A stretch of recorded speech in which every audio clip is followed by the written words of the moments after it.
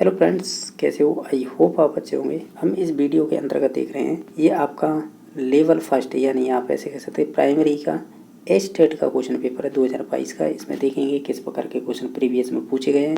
जो आपके 150 क्वेश्चन पूछे जाते हैं, 2.5 घंटे का समय दिया जाता है और इसमें कोई भी नेगेटिव मार्किंग होती नहीं है, क्योंकि ये आपकी पात्रता ही मानी जाती है इसमें। और जैसे जेबीटी का पेपर होगा आपका 28 सितंबर को, तो आपके यहीं से क्वेश्चन पूछे जाएंगे, क्योंकि सिलेबस भी सेम दे दिया है इन्होंने। जैसे कि आपके ये 150 क्वेश्चन पूछे जाते थे, जिसमें से 30 क्वेश्चन आते थे सीटीपी के, यानी जो आपकी बाल विकास एवं शिक्षा शास्त्र है, 30 नंबर की। भाषा के रूप में हिंदी लेंगे, यानी इसमें फिक्स है आपको हिंदी के 15 क्वेश्चन आएंगे और 15 इंग्लिश के, 30 क्वेश्चन यहाँ से आ जाते हैं।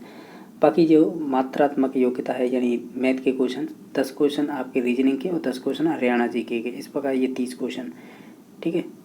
तो और फिर इसके बाद है गणित है 30 नंबर का और 30 क्वेश्चन आएंगे, और बाकी पर्यावरण अध्ययन 30 नंबर का 30 क्वेश्चन। इस प्रकार टोटल 150 हो जाते थे।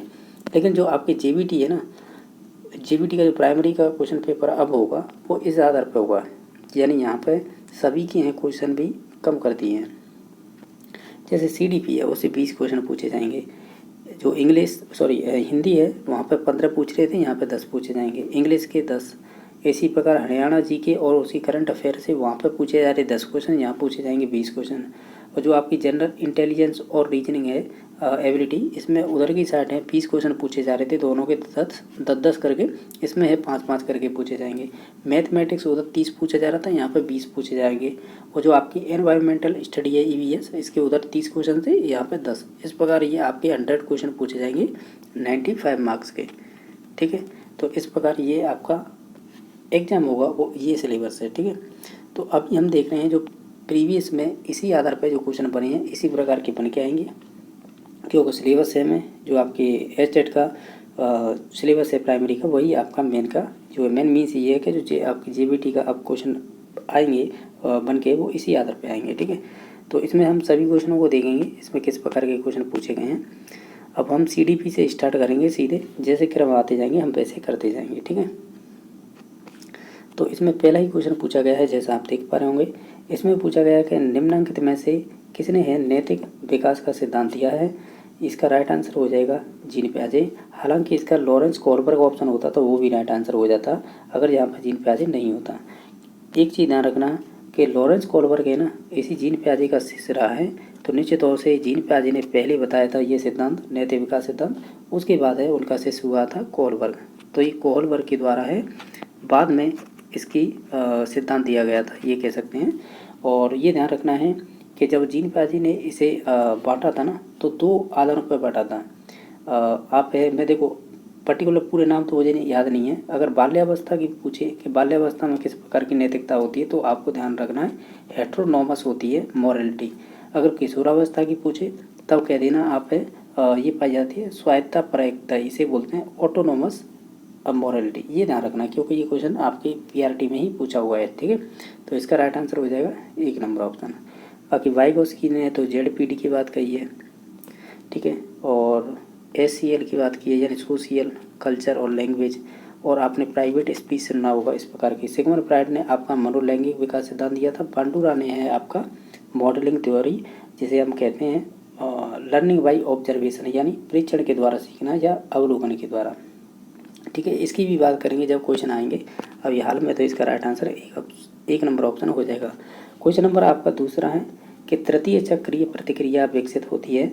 तो ये आपकी जीन पियाजे से संबंधित है। जीन पियाजे ने आपका संज्ञानात्मक विकास सिद्धांत दिया था, जिसमें आपकी 4 स्टेज बताई थी। उन 4 स्टेजों के नाम दे रखे हैं, जैसे कि पहली है संवेदीगामक अवस्था, दूसरी है आपकी पूर्व सक्रियात्मक, और तीसरी है मूर्त सक्रियात्मक, चौथी है औपचारिक सक्रियात्मक। तो ये तृतीय चक्रीय प्रतिक्रिया है, ये आपकी संवेगात्मक गामक अवस्था के दौरान ही आती है। ये कह सकते हैं आपकी तृतीय चक्रीय प्रतिक्रिया विकसित होती है। मैं आपको जानकारी के लिए बता दूं, इसे सेंसरी मोटर स्टेज बोलते हैं, जिसकी उम्र मानी जाती है 0 से लेकर 1.5 वर्ष, ये ध्यान रखना है। और 2 वर्ष भी बोल सकते हैं, क्योंकि ये उम्र तो नहीं पूछी जाती है, केवल ये अवस्थाओं को लेकर क्वेश्चन बन जाते हैं। तो इसमें आपको ये ध्यान रखना है कि तृतीय चक्रीय प्रतिक्रिया जो सेंसरी मोटर स्टेज होती है, इसको 6 उप अवस्थाओं में बांटा है, ठीक है। तो 6 ये उप अवस्थाएँ बांटी हैं। तो इनकी ट्रिक मैं बता देता हूँ, जिसे आप याद रख सकते हैं। जैसे मैंने याद रखी है कि RPSC और आगे टीचर। और देखो कैसे आपको याद रखनी है, जैसे कि आपको आसानी होगी याद करने। इसे आप है हटा दीजिए, ये साइलेंट रखिएगा। मैंने तो ये कहने का मतलब ट्रिक बनाई थी। जैसे RPSC ये 4 अवस्थाएं हैं और TE ये 2 अवस्थाएं हैं, ये 6 हो जाएंगी। अब मैं देखो जानकारी बता देता हूँ। जो पहली वाली है ना, जिसे बोलते हैं रिफ्लेक्स स्टेज, यानी इसे हिंदी में कहते हैं प्रतिवर्ती क्रिया। ये होती है 0 से लेकर 30 दिनों तक, यानी 30 डे बोल सकते हैं। इसमें जो मुख्य क्रिया होती है यानी इसकी विशेषता क्या होती है, इसकी विशेषता होती है चूसना यानी सकिंग, यानी इसमें सकिंग स्ट्रॉन्ग होती है। बस ये ध्यान रखना है। ये तो होगी 1 नंबर की। दूसरे नंबर की कौन सी है, ये बोलते हैं हम प्राइमरी सर्कुलस स्टेज। मैंने क्या बोला है, प्राइमरी सर्कुलस स्टेज। इसका नाम हो जाएगा हिंदी में प्रमुख तृतीय अवस्था। प्रमुख तृतीय अवस्था, इसमें क्या होगी विशेषता, इसमें ये विशेषता होगी ये गामक क्रियाओं का दोहराव करेगा, ठीक है। और इसमें अगर आप दिनों की बात करें, ये 30 से लेकर और ये हो जाएगा आपके 4 माह तक, यानी ये उसे 20 दिन मान सकते हैं। तो ये सेकंड हो जाएगी। तीसरी आएगी जो अवस्था है वो एस से स्टार्ट हो रही है, तो इसका मतलब हो जाएगा सेकेंडरी। कौन सी, सेकेंडरी सर्कुलस स्टेज। तो इसमें क्या होगा, इसमें वस्तुओं को पकड़ना नहीं, पकड़ कर देखना होता है, यानी हाथों पैरों की जो भी संबंध होते हैं वो स्ट्रांग होते हैं इस तीसरी अवस्था में। जैसे हम कह सकते हैं ये 4 माह से लेकर 8 माह के मध्य होती है। एक होती है 4 नंबर की अवस्था सी से, तो सी का मतलब यहाँ पे होगा कोऑर्डिनेशन ऑफ रिएक्शन स्टेज, यानी कोऑर्डिनेट करना। यही होगी आपकी 8 माह से लेकर और ये हो जाएगी 12 माह तक, ठीक है। इसमें होगा बच्चे खोजेंगे, यानी किसी भी चीज़ की वस्तु को ढूंढना, इस प्रकार की विशेषता पाई जाएगी। टी से क्या मतलब होगा, टी से मतलब हो जाएगा आपका टर्सरी। यही पूछा था कि तृतीय चक्रीय प्रतिक्रिया विकसित होती है, तो ये टर्सरी है ना। अब मैं एक सेकंड, ये टर्सरी है, ये जो बोलते हैं टर्सरी सर्कुलेशन बोल सकते हैं या सर्कुलेस स्टेज। इसमें क्या होता है, प्रयास एवं त्रुटि, यानी बच्चा है प्रयास करता है और त्रुटि भी करता है तो तब सीखता है।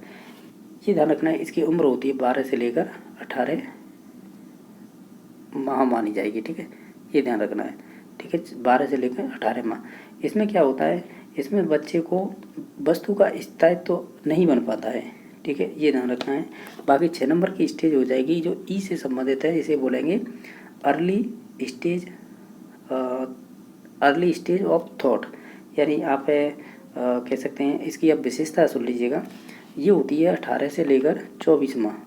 इसका मतलब ये होता है कि इसका पहला चिंतन कह सकते हैं इस अवस्था को, या ऑब्जेक्ट परमानेंस बोल सकते हैं, यानी वस्तु स्थायित्व बन जाता है और यानी बिंब का बनना स्टार्ट हो जाता है। तो ओवरऑल मैंने ये 6 अवस्थाएं बताई हैं। एक बार और देख लीजिएगा अगर याद हो जाए आपको। तो ये पूछा था हमें संवेदी गामक अवस्था की 6 उप अवस्थाएं या सब स्टेज, तो मैंने बता दिया है RPSC और टीचर। तो TE तक याद रखना, ये 6 अवस्था होती है, 1 2 3 4 5 और 6। हमें पूछी गई थी ये आपकी 5 नंबर की पूछी गई थी। पहली होती है रिफ्लेक्स स्टेज, ठीक है, जो होती है 0 से 30 डे। हालांकि ये नहीं पूछी जाती, इनकी विशेषता पूछी जाती है। इसमें सकिंग स्ट्रॉन्ग होती है, यानी चूसना। सेकंड हो जाएगी प्राइमरी सर्कुलस स्टेज, इसे बोलेंगे प्रमुख तृतीय अवस्था, जिसकी टाइमिंग रहेगी वो 1 माह से लेकर 4 माह तक, ठीक है। इसमें इसकी मुख्य क्रिया होगी वो कामक क्रियाओं का दोहराव करेगा। तीसरे नंबर की स्टेज है वो एस से स्टार्ट हो रही है, इसे बोलेंगे आप सेकेंडरी सर्कुलस स्टेज, जो 4 माह से लेकर 8 माह। इसकी मुख्य चीज़ होगी कि वस्तुओं को ये पकड़ कर देखेगा, ठीक है, यानी आप ऐसे कह सकते हैं हाथों पैर की संतुलन बनाएगा। हाथ पैर नहीं बोलेंगे, हाथ और आँख का, ठीक है। और 4 नंबर की स्टेज है सी से मतलब कोऑर्डिनेशन ऑफ रिएक्शन स्टेज होगी, जो आपकी 8 माह से लेकर 12 माह के मतलब इसकी मुख्य विशेषता होगी किसी भी वस्तु को ढूंढना, ठीक है, खोजना, इस प्रकार बोल सकते हैं। फिर इसके बाद आएगी आपकी टी वाली जो पूछी है हमें क्वेश्चन में, इसे बोलेंगे टर्सरी सर्कुलस स्टेज। इसमें बच्चा प्रयास एवं त्रुटि के माध्यम से सीखता है, जिसकी उम्र मानी जाएगी 12 से 18 माह। फिर लास्ट में आती है आपकी ई, डिनोट किया गया है, इसे बोलेंगे अर्ली स्टेज ऑफ थॉट, यानी ये 18 से 24 माह हो गई, इसमें वस्तु का स्थायित्व भी बनेगा और पहला चिंतन बोलेंगे इसे, इसमें बिंब भी बनेगा। तो मैंने ओवरऑल बता दिया है, इसका पहले ही ऑप्शन हो जाएगा। नेक्स्ट क्वेश्चन नंबर 3 है, इसमें पूछा है कि कौन सा कथन है जो विकास के बारे में सही नहीं है। विकास सतत प्रक्रिया है, ये बात बिल्कुल सही है, यानी कंटिन्यूस प्रोसेस होती है, ये एक आयामी होती है, ये गलत है।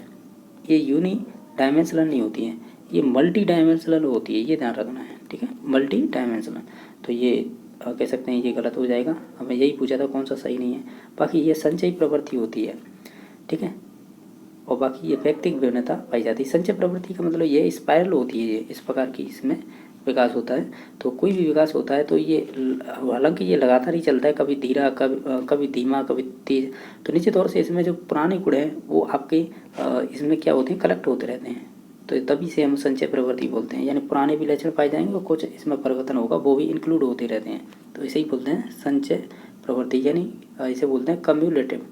और इसका राइट आंसर 2 नंबर ऑप्शन हो जाएगा। क्वेश्चन नंबर नेक्स्ट है, उत्कर्मणी यानी उत्कर्मणी की योग्यता विकसित होने की अवस्था कौन सी है। इसे रिवर्सिबिलिटी बोलते हैं, एबिलिटी। तो ये आपकी होती है मूर्त सक्रियात्मक अवस्था। ये जीन ब्याजी की 3 नंबर की अवस्था है, ये 2 नंबर की है, औपचारिक है ये 4 नंबर की है, और ये 1 नंबर की है, ठीक है।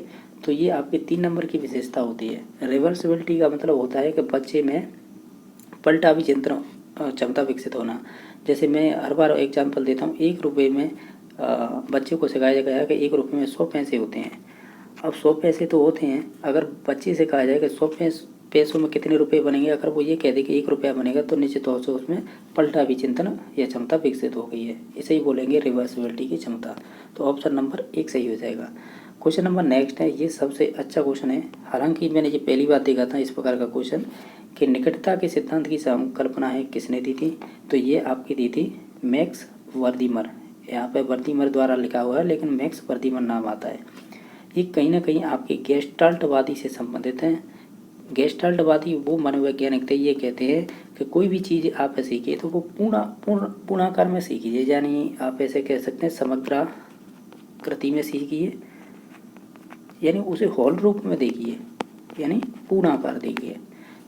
यानी आप, मैं इसे और तरीक़ा से समझा दूँ, ये जो सिद्धांत हैं आप इसके उपनाम याद रख सकते हैं, इसके बहुत सारे नाम आते हैं। तो मैंने एक ट्रिक लिख रखी है, आप अगर याद कर पाएँ तो ये है, आप GTV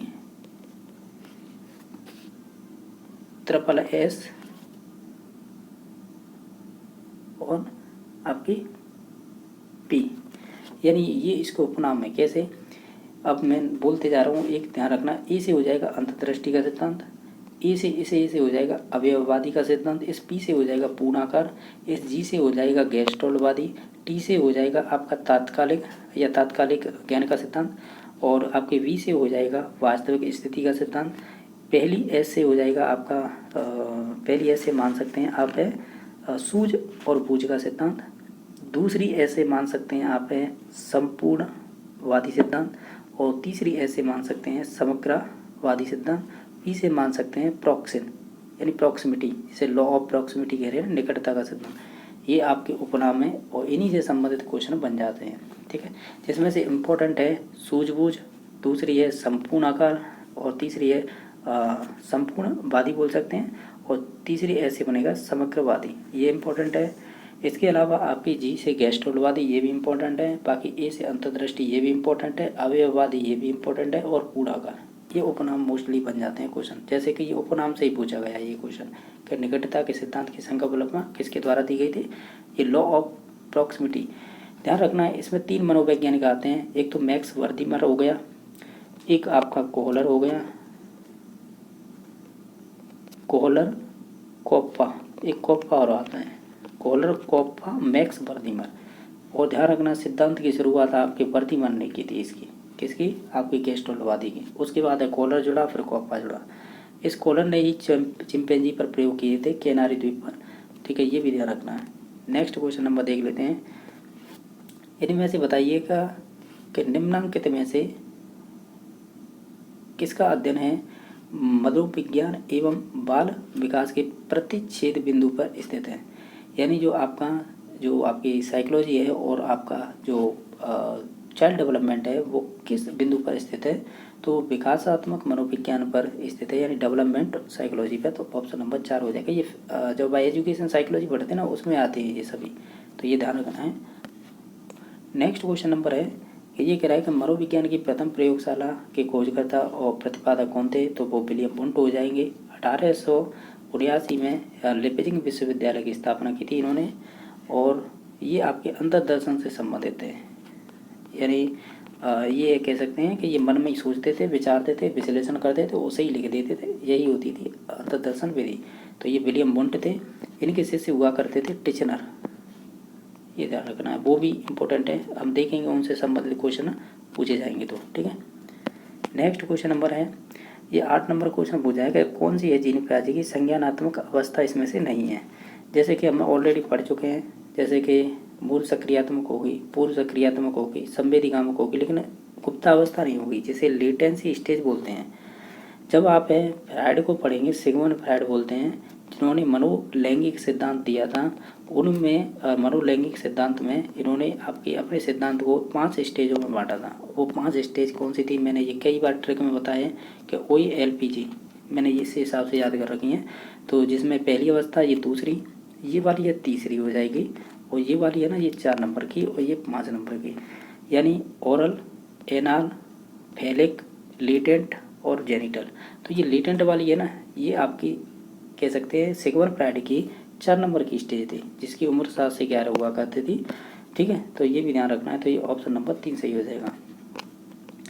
क्वेश्चन नंबर आपका नेक्स्ट है, काल्पनिक दर्शक या श्रोता किस अवस्था से संबंधित होते हैं, तो ये आपके होते हैं संबंधित आपकी किशोरावस्था से, यानी imaginary audience related to which stage, तो ये आपकी किशोरावस्था थी, यानी कोरी कल्पना करते रहते हैं दिन भर, जैसे दिन में सपने देखना, कोरी कल्पना, और कल्पना किसी भी प्रकार की हो सकती है, ठीक है। तो ऑप्शन नंबर 4 सही हो जाएगा। नेक्स्ट क्वेश्चन नंबर है, जब एक बच्चा है कहता है कि चाँद हंस रहा है, यह निम्न में से किस विशेषता को इंगित करता है। देखो, चाँद हंस रहा है, सूर्य दौड़ रहा है, या सूर्य हंस रहा है, या आप अन्य को ये ठान लें, यानी आप ऐसे कह सकते हैं कि जो भी निर्जीव चीज़ है उसमें सजीव गुण का देखना या सजीव गुण का होना, ऐसा आप सोचते हैं तो आप उसे एनिनिज्म कहेंगे, यानी आप ऐसे कह सकते हैं कि इसे इंग्लिश में एनिनिज्म कहते हैं, जीववाद कहते हैं हिंदी में, तो इसे, ठीक है। इसका मतलब होता है कि आप निर्जीव चीज़ों में सजीव गुण देखते हैं, तो उसे बोलते हैं एनिनिज्म। ये आपकी जीन प्याजी की, हालांकि ये शेष अवस्था की विशेषता होती है, लेकिन हम इसे प्री ऑपरेशनल स्टेज में पढ़ते हैं, जिसकी 2 से लेकर 7 साल उम्र होती है, उसमें पढ़ते हैं इसे, ठीक है। तो ये थी, ठीक है। बाकी ईगोसेंट्रिज्म में ये भी प्री ऑपरेशनल स्टेज की विशेषता हो जाएगी, बाकी ठीक है। बाकी ये सकारात्मक नकारात्मक से कोई संबंध नहीं है, इसका ऑप्शन नंबर 2 सही हो जाएगा। क्वेश्चन नंबर नेक्स्ट है, इसमें पूछा है कि क्रिया प्रसूत अनुकूलन के अनुसार कौन सा सही है, ये बताना है। जब आप क्रिया प्रसूत अनुकूलन पढ़ेंगे, यानी आप ऐसे कह सकते हैं ऑपरेट कंडीशन थोड़ी पढ़ेंगे, तो हम स्किनर का नाम लेते हैं। स्किनर ने क्या किया था अपने सिद्धांत में, चलो एक लॉजिक बताता हूँ आपको, इसे भी देख लेंगे। स्किनर का जो सिद्धांत था वो किस पर आधारित है, किस सिद्धांत पर आधारित है, ये क्वेश्चन पूछा जाता है। तो आप ध्यान रखना है, ये आपके थॉर्नडाइक की जो प्रभाव का नियम है ना, लॉ ऑफ इफेक्ट, उस पर आधारित था, ये ध्यान रखना, पहली बात। दूसरी बात ये थी, स्किनर ने जो भी प्रयोग किए थे ना, तो इन्होंने अपने पुनर्बलन पर ज़्यादा जोर दिया था।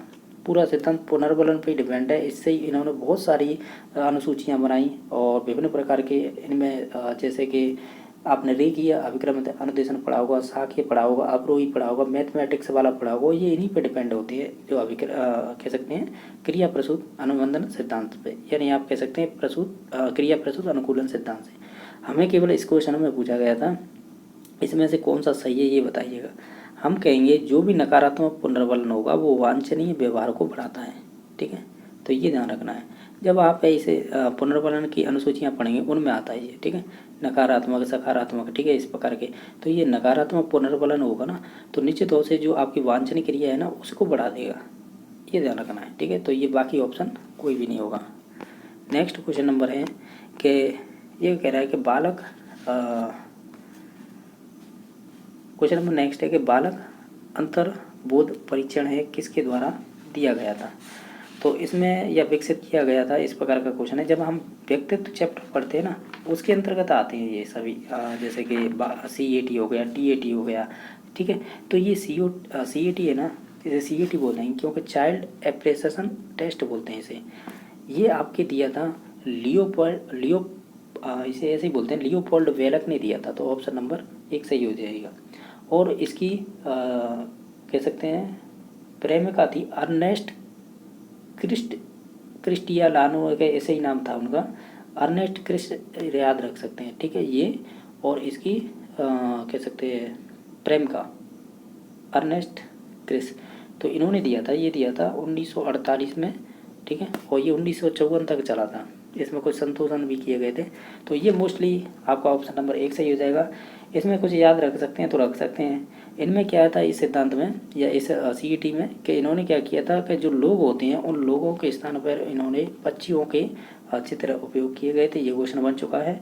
और या पशु पक्षियों पर या फूल पत्तियों पर प्रयोग किए थे। इसमें 10 कार्ड हुआ करते थे और 3 से लेकर 11 वर्ष के बच्चों के लिए किए जाते थे। अगर भारत में बात करें तो इसी प्रकार का प्रयोग किया था आपके उमा चौधरी ने, ठीक है, उसमें भी 10 कार्ड हुआ करते थे। इस प्रकार इसका राइट आंसर 1 नंबर ऑप्शन हो जाएगा, ठीक है। बाकी इसमें जैसे थर्स्टन है, ये बुद्धि से संबंधित हो जाएगा। इन्होंने समूह कारक दिया था, ठीक है, समूह कह सकते हैं ग्रुप फैक्टर थ्योरी दी थी। और आपकी थोंडा के इन्होंने बहुकारक यानी मल्टी फैक्टर थ्योरी दी थी। ऑलपोर्ट है, इनकी एक परिभाषा है सबसे ज़बरदस्त है व्यक्तित्व में, वो हर एक परीक्षा में पूछी हुई है ऑलपोर्ट की, ठीक है। तो इसका तो राइट आंसर हमने देख लिया था, एक ही हो जाएगा। क्वेश्चन नंबर नेक्स्ट है कि उपलब्धि अभिप्रेरणा सिद्धांत है, जिसे इंग्लिश में कहते हैं अचीवमेंट मोटिवेशन थ्योरी है। ये आपके मैकलीलैंड यानी मैकलीलैंड बोलते हैं, इन्होंने दी थी 1961 में। बाद में कुछ वर्षों के बाद है, इसमें आपके जुड़े थे एटकिंसन होंगे गलत लिख दिया मैंने, ये होगा एटकिंसन होगा, एटकिंसन होंगे। तो ये आपके दोनों आते हैं बहुत सारी इसी कह सकते हैं एस्टेट में बहुत सी परीक्षा में पूछा हुआ है। तो ये ध्यान रख सकते हैं, इसका मैकलीलैंड ध्यान रखना, ठीक है। नेक्स्ट क्वेश्चन नंबर देख लेते हैं। बाकी इनमें और ऑप्शन है, ये अब्राहम मैस्लो है ना, ये बहुत इंपॉर्टेंट है। इन्होंने पदानुक्रमी सिद्धांत दिया था, आवश्यकता पदानुक्रम का सिद्धांत। ये ध्यान रखना, इसमें 5 स्टेज होती है और ये आपका इसलिए इम्पोर्टेंट हो जाता है कि इनकी स्टेजों को लेकर क्वेश्चन बन जाते हैं। इनकी स्टेज याद रख सकते हैं पी स्लैश के नाम से, पी स्लैश ये वाली है, मैं इंग्लिश में बता देता हूँ। पी से हो जाएगा फिजिकली आवश्यकता यानी शारीरिक आवश्यकता, एस से हो जाएगा सेफ्टी यानी सुरक्षा भी चाहिए उसे, फिर एल का मतलब उसे प्यार भी चाहिए लव, फिर उसके बाद एस्टीम का मतलब उसे सम्मान भी चाहिए समाज में, फिर लास्ट में स्वयं का यथार्थीकरण बोलता है सेल्फ एक्चुअलाइजेशन। ये क्रम ऊपर की तरफ चलता है, ठीक है। ये निम्न स्तर है, ये उच्च स्तर है। ये प्रकार के क्वेश्चन है। बाकी कुर्टलेब ने इन्होंने बुद्धि के सिद्धांत में तरल बुद्धि ठोस बुद्धि 2 प्रकार की बताई थी। बाकी हजवर्ग के नाम में हजवर्ग है या हर्जवर्ग है, इसके बारे में जानकारी नहीं है। नेक्स्ट क्वेश्चन नंबर है श्रृंखलन, जैसे आप बोलेंगे चेनिंग, संप्रत आधारित है। जब आप ऑपरेंट कंडीशन थ्योरी स्किनर की पढ़ते हैं तो उसी से संबंधित है ये। इसमें क्या होता है, इसे आप बोलेंगे चेनिंग। देखो एक तो होती है शेपिंग, ये भी क्वेश्चन पूछे हुए हैं, शेपिंग, एक होती है चेनिंग। तो ये दोनों ही स्किनर से संबंधित हैं।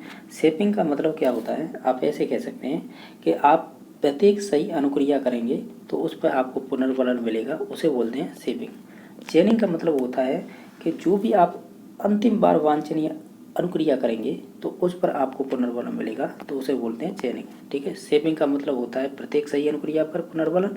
चेनिंग का मतलब होता है जो आपने अंतिम रूप से जो वांछनीय अनुक्रिया की है, सही अनुक्रिया की है, तो उसके लिए पुनर्बलन दिया जाता है। तो ये क्रिया प्रसूत यानी ऑपरेंट कंडीशन थ्योरी स्किनर से संबंधित है।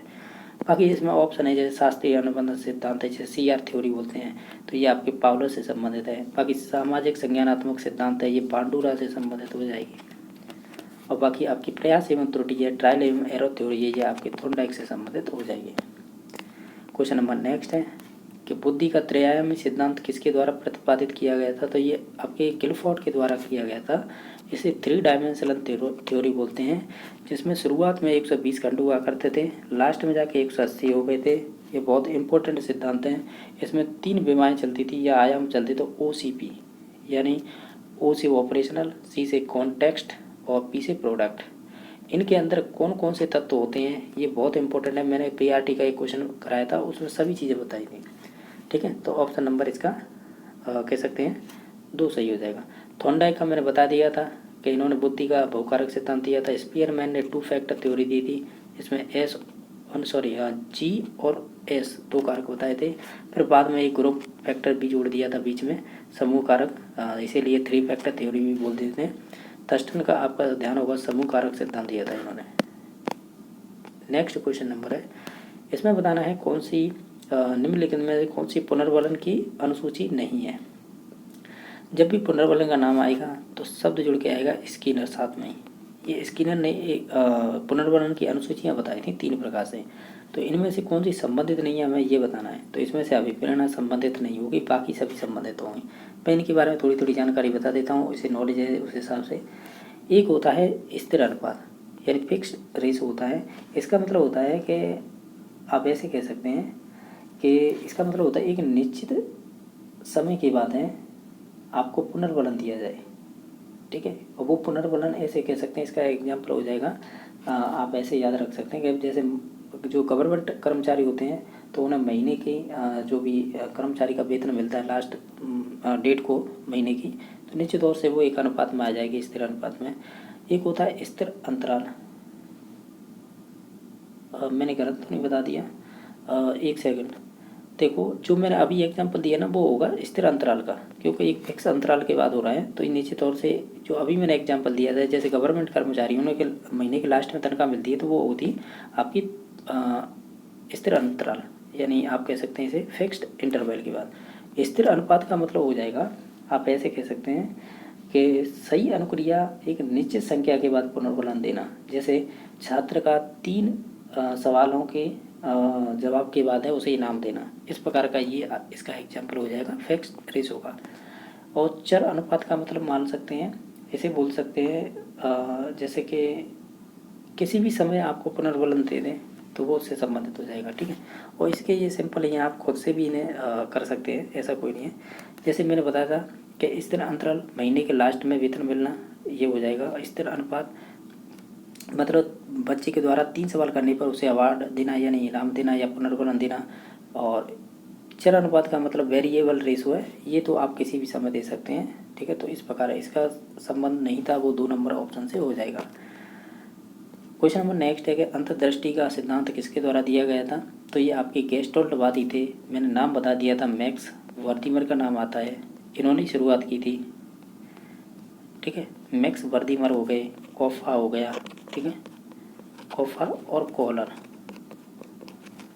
ये 3 नाम आते हैं इनके। गेस्टोल्टवादी, अवयववादी, इसे पूर्णाकार का सिद्धांत बोलते हैं, समग्रवादी का बोलते हैं, अंतर्दृष्टि का सिद्धांत बोलते हैं, सूझबूझ का सिद्धांत बोलते हैं, इसे विभिन्न प्रकार के नाम है ये, ठीक है। नेक्स्ट क्वेश्चन नंबर देख लेते हैं। ये कह रहा है कि जो आपका भय है, यानी भय संवेग किस मूल प्रवृत्ति से जुड़ा हुआ है। जब भी मूल प्रवृत्ति का नाम आए तो आप विलियम मैकडूगल का याद रखेंगे, वही इनके प्रवर्तक माने जाते हैं, क्योंकि इन्होंने 14 प्रकार की मूल प्रवृत्तियाँ बताई थी। उन्होंने बताया था कि प्रत्येक मूल प्रवृत्ति होती है वो किसी न किसी संवेग से संबंधित होती है, ठीक है। जैसे कि हमें बताना है कि भय का संवेग किस मूल प्रवृत्ति से जुड़ा है, तो देखो ये वह है ना, ये तो संवेग है, इसकी मूल प्रवृत्ति हो जाएगी पलायन, ठीक है। बाकी जैसे निवृत्ति है, तो निवृत्ति क्या चीज़ है, ये आपकी मूल प्रवृत्ति है। निवृत्ति को हम इंग्लिश में बोलते हैं रिपल्सन, तो इसकी फिर वो क्या हो जाएगी संवेग, तो ये इसका संवेग हो जाएगा, ध्यान रखना है, घृणा, ठीक है। और घृणा को इंग्लिश में बोलते हैं डिसगस्ट, ठीक है। बाकी लड़ाई करने का मतलब तो ये है कि आपको क्रोध हो जाएगा, लड़ाई का मतलब, तो क्रोध तो आपका हो जाएगा संवेग। और इसकी जो मूल प्रवृत्ति हो जाएगी वो हो जाएगी युजुत्सा, यानी युद्ध प्रियता, यानी युद्ध प्रियता की प्रवृत्ति, जिसे हम इंग्लिश में बोलते हैं कॉम्बैट, ठीक है। तो ये हो जाएगी। बाकी एक बची आपकी जिज्ञासा, यानी क्यूरोसिटी। क्यूरोसिटी क्या है यहाँ पर, क्यूरोसिटी आपकी एक मूल प्रवृत्ति है, ठीक है, मूल प्रवृत्ति है। तो इसका फिर आपका संवेग क्या होगा, वो होगा आपका वंडर, यानी आश्चर्य, WONDER, वंडर, आश्चर्य, ठीक है। तो मैंने ओवरऑल बता दिया इसका राइट आंसर 1 नंबर ऑप्शन हो जाएगा। क्वेश्चन नंबर 19 का है, इसमें पूछा है निम्नलिखित में से कौन सा बुद्धि का यानी बुद्धि लब्धि का गणना करने का सूत्र है, इसमें से वो बताना है। देखो ये आपकी IQ बराबर होती है क्या होता है, IQ का मतलब होता है इंटेलिजेंट क्वाटियंट, जिसे बुद्धिलब्धि बोलते हैं। इसका फॉर्मूला होता है ME, यानी ME का मतलब मेंटल एज, मानसिक आयु, पट्टे CA यानी क्रोनोलॉजिकल एज, जिसे शारीरिक आयु बोल सकते हैं, मल्टीप्लाई कर देंगे 100। ये होता है बुद्धिलब्धि का सूत्र। ये आपका अगर टर्बन नाम आता है, इन्होंने 1916 में दिया था, हालांकि यही मुख्य माने जाते हैं क्योंकि इन्होंने 100 लगाई थी इसके पीछे सूत्र में। बाकी अगर स्टर्न नाम जुड़ के भी साथ में आएगा तो भी ये राइट आंसर माना जाएगा। स्टर्न और टर्बन भी आएगा तब भी माना जाएगा, अकेला टर्बन आएगा तब माना जाएगा, ठीक है। ये ध्यान रखना क्योंकि ये परीक्षा में पूछा हुआ क्वेश्चन है, तो उसमें स्टर्न और टर्बन दोनों ही माने गए थे। हालांकि हम ये तो जानते हैं पढ़ने के बाद कि टर्म लास्ट में इसमें 100 जोड़ी थी, इसलिए 1916 में इसी को मानते हैं मेन, तो ठीक है। तो ये चीज़ ध्यान रखना। तो अब इसमें से हमें छांटना था, तो 2 नंबर ऑप्शन हो जाएगा ME/CA मल्टीप्लाई 100। इसके अलावा मैं आपको 3-4 फॉर्मूला बता रहा हूँ, आप अगर याद रखते हैं तो भविष्य में इस प्रकार के कोई भी क्वेश्चन आएगा तो आप इन सूत्रों को लेकर तो गलती नहीं करेंगे। बुद्धिलब्धि का मैंने बताया था, देखो मैं यहाँ पर लिखते जा रहा हूँ सभी को। IQ बराबर यानी इंटेलिजेंट क्वाटियंट बोलते हैं, जैसे बुद्धिलब्धि बोलेंगे। इसका फॉर्मूला मैंने अभी बताया था, क्या होगा, ME/CA मल्टीप्लाई 100, ठीक है। प्रतीक की चीज़ बता रहा हूँ मैं। ME का मतलब हो जाएगा आपकी मानसिक आयु, CA का मतलब हो जाएगा शारीरिक आयु, मल्टीप्लाई 100। अब दूसरा फॉर्मूला बता रहा हूँ मैं शैक्षिक लब्धि का, जिसे EQ बोलते हैं, यानी एजुकेशनल क्वाटियंट, यानी शैक्षिक लब्धि बराबर होता है आपका शैक्षिक आयु यानी एजुकेशनल एज, पट्टी में हो जाएगी आपकी क्रोनोलॉजिकल एज, मल्टीप्लाई 100।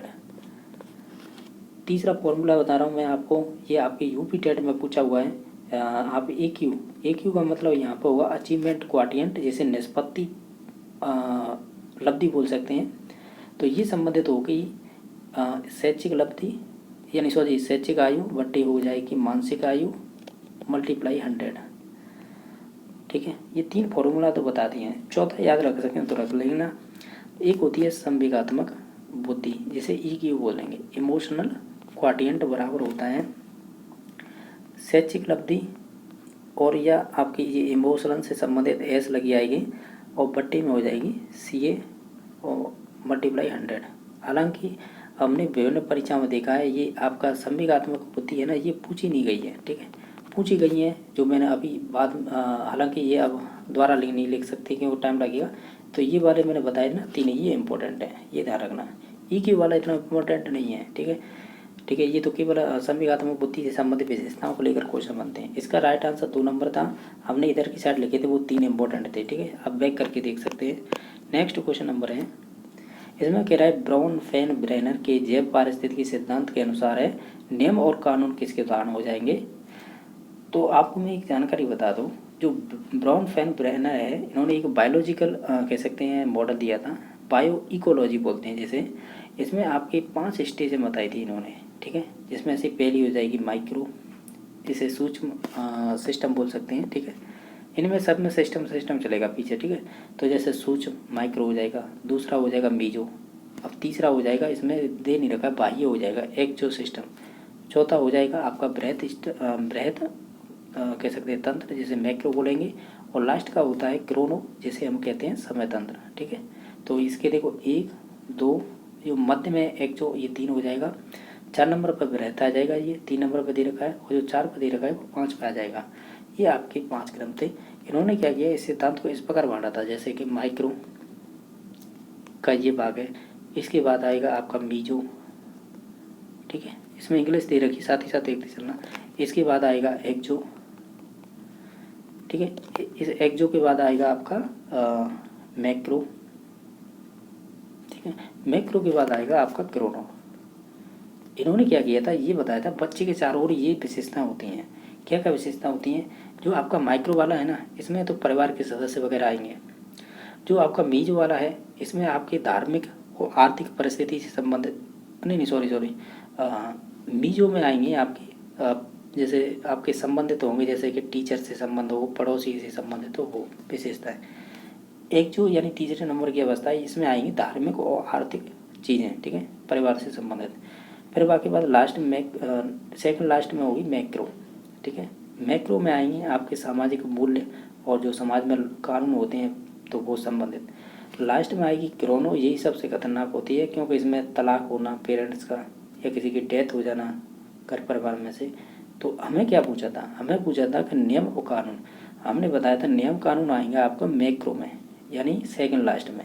इसमें मैक्रो का मतलब ये है कि आप सामाजिक मूल्यों को समझें और समाज में रहने तो उसके नियम कानून समझें।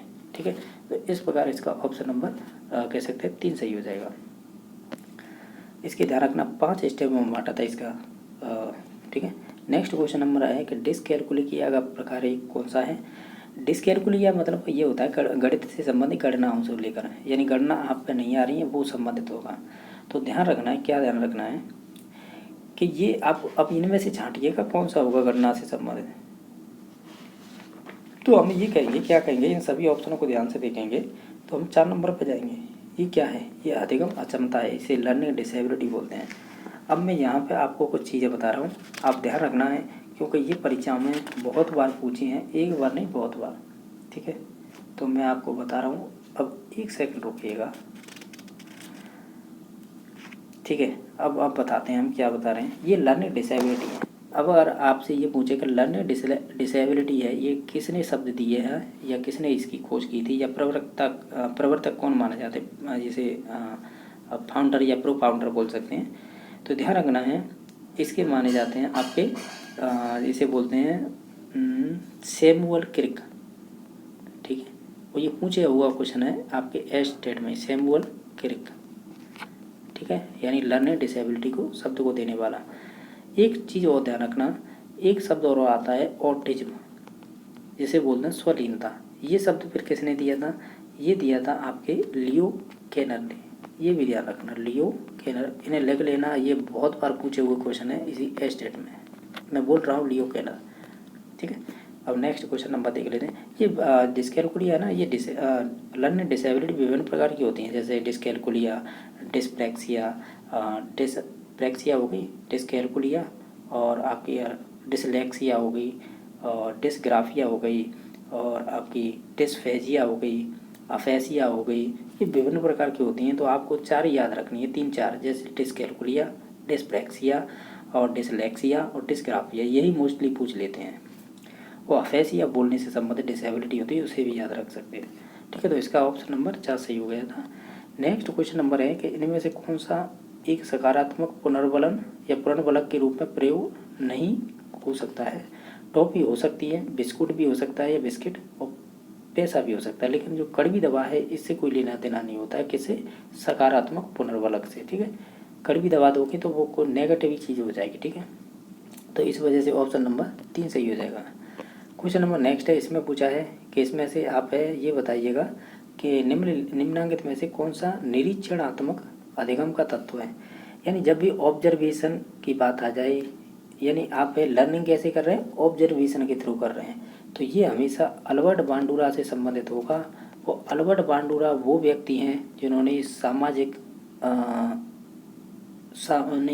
एक सेकंड, सामाजिक संज्ञानात्मक सिद्धांत दिया था, ये ध्यान रखना। ठीक है, बांडुरा,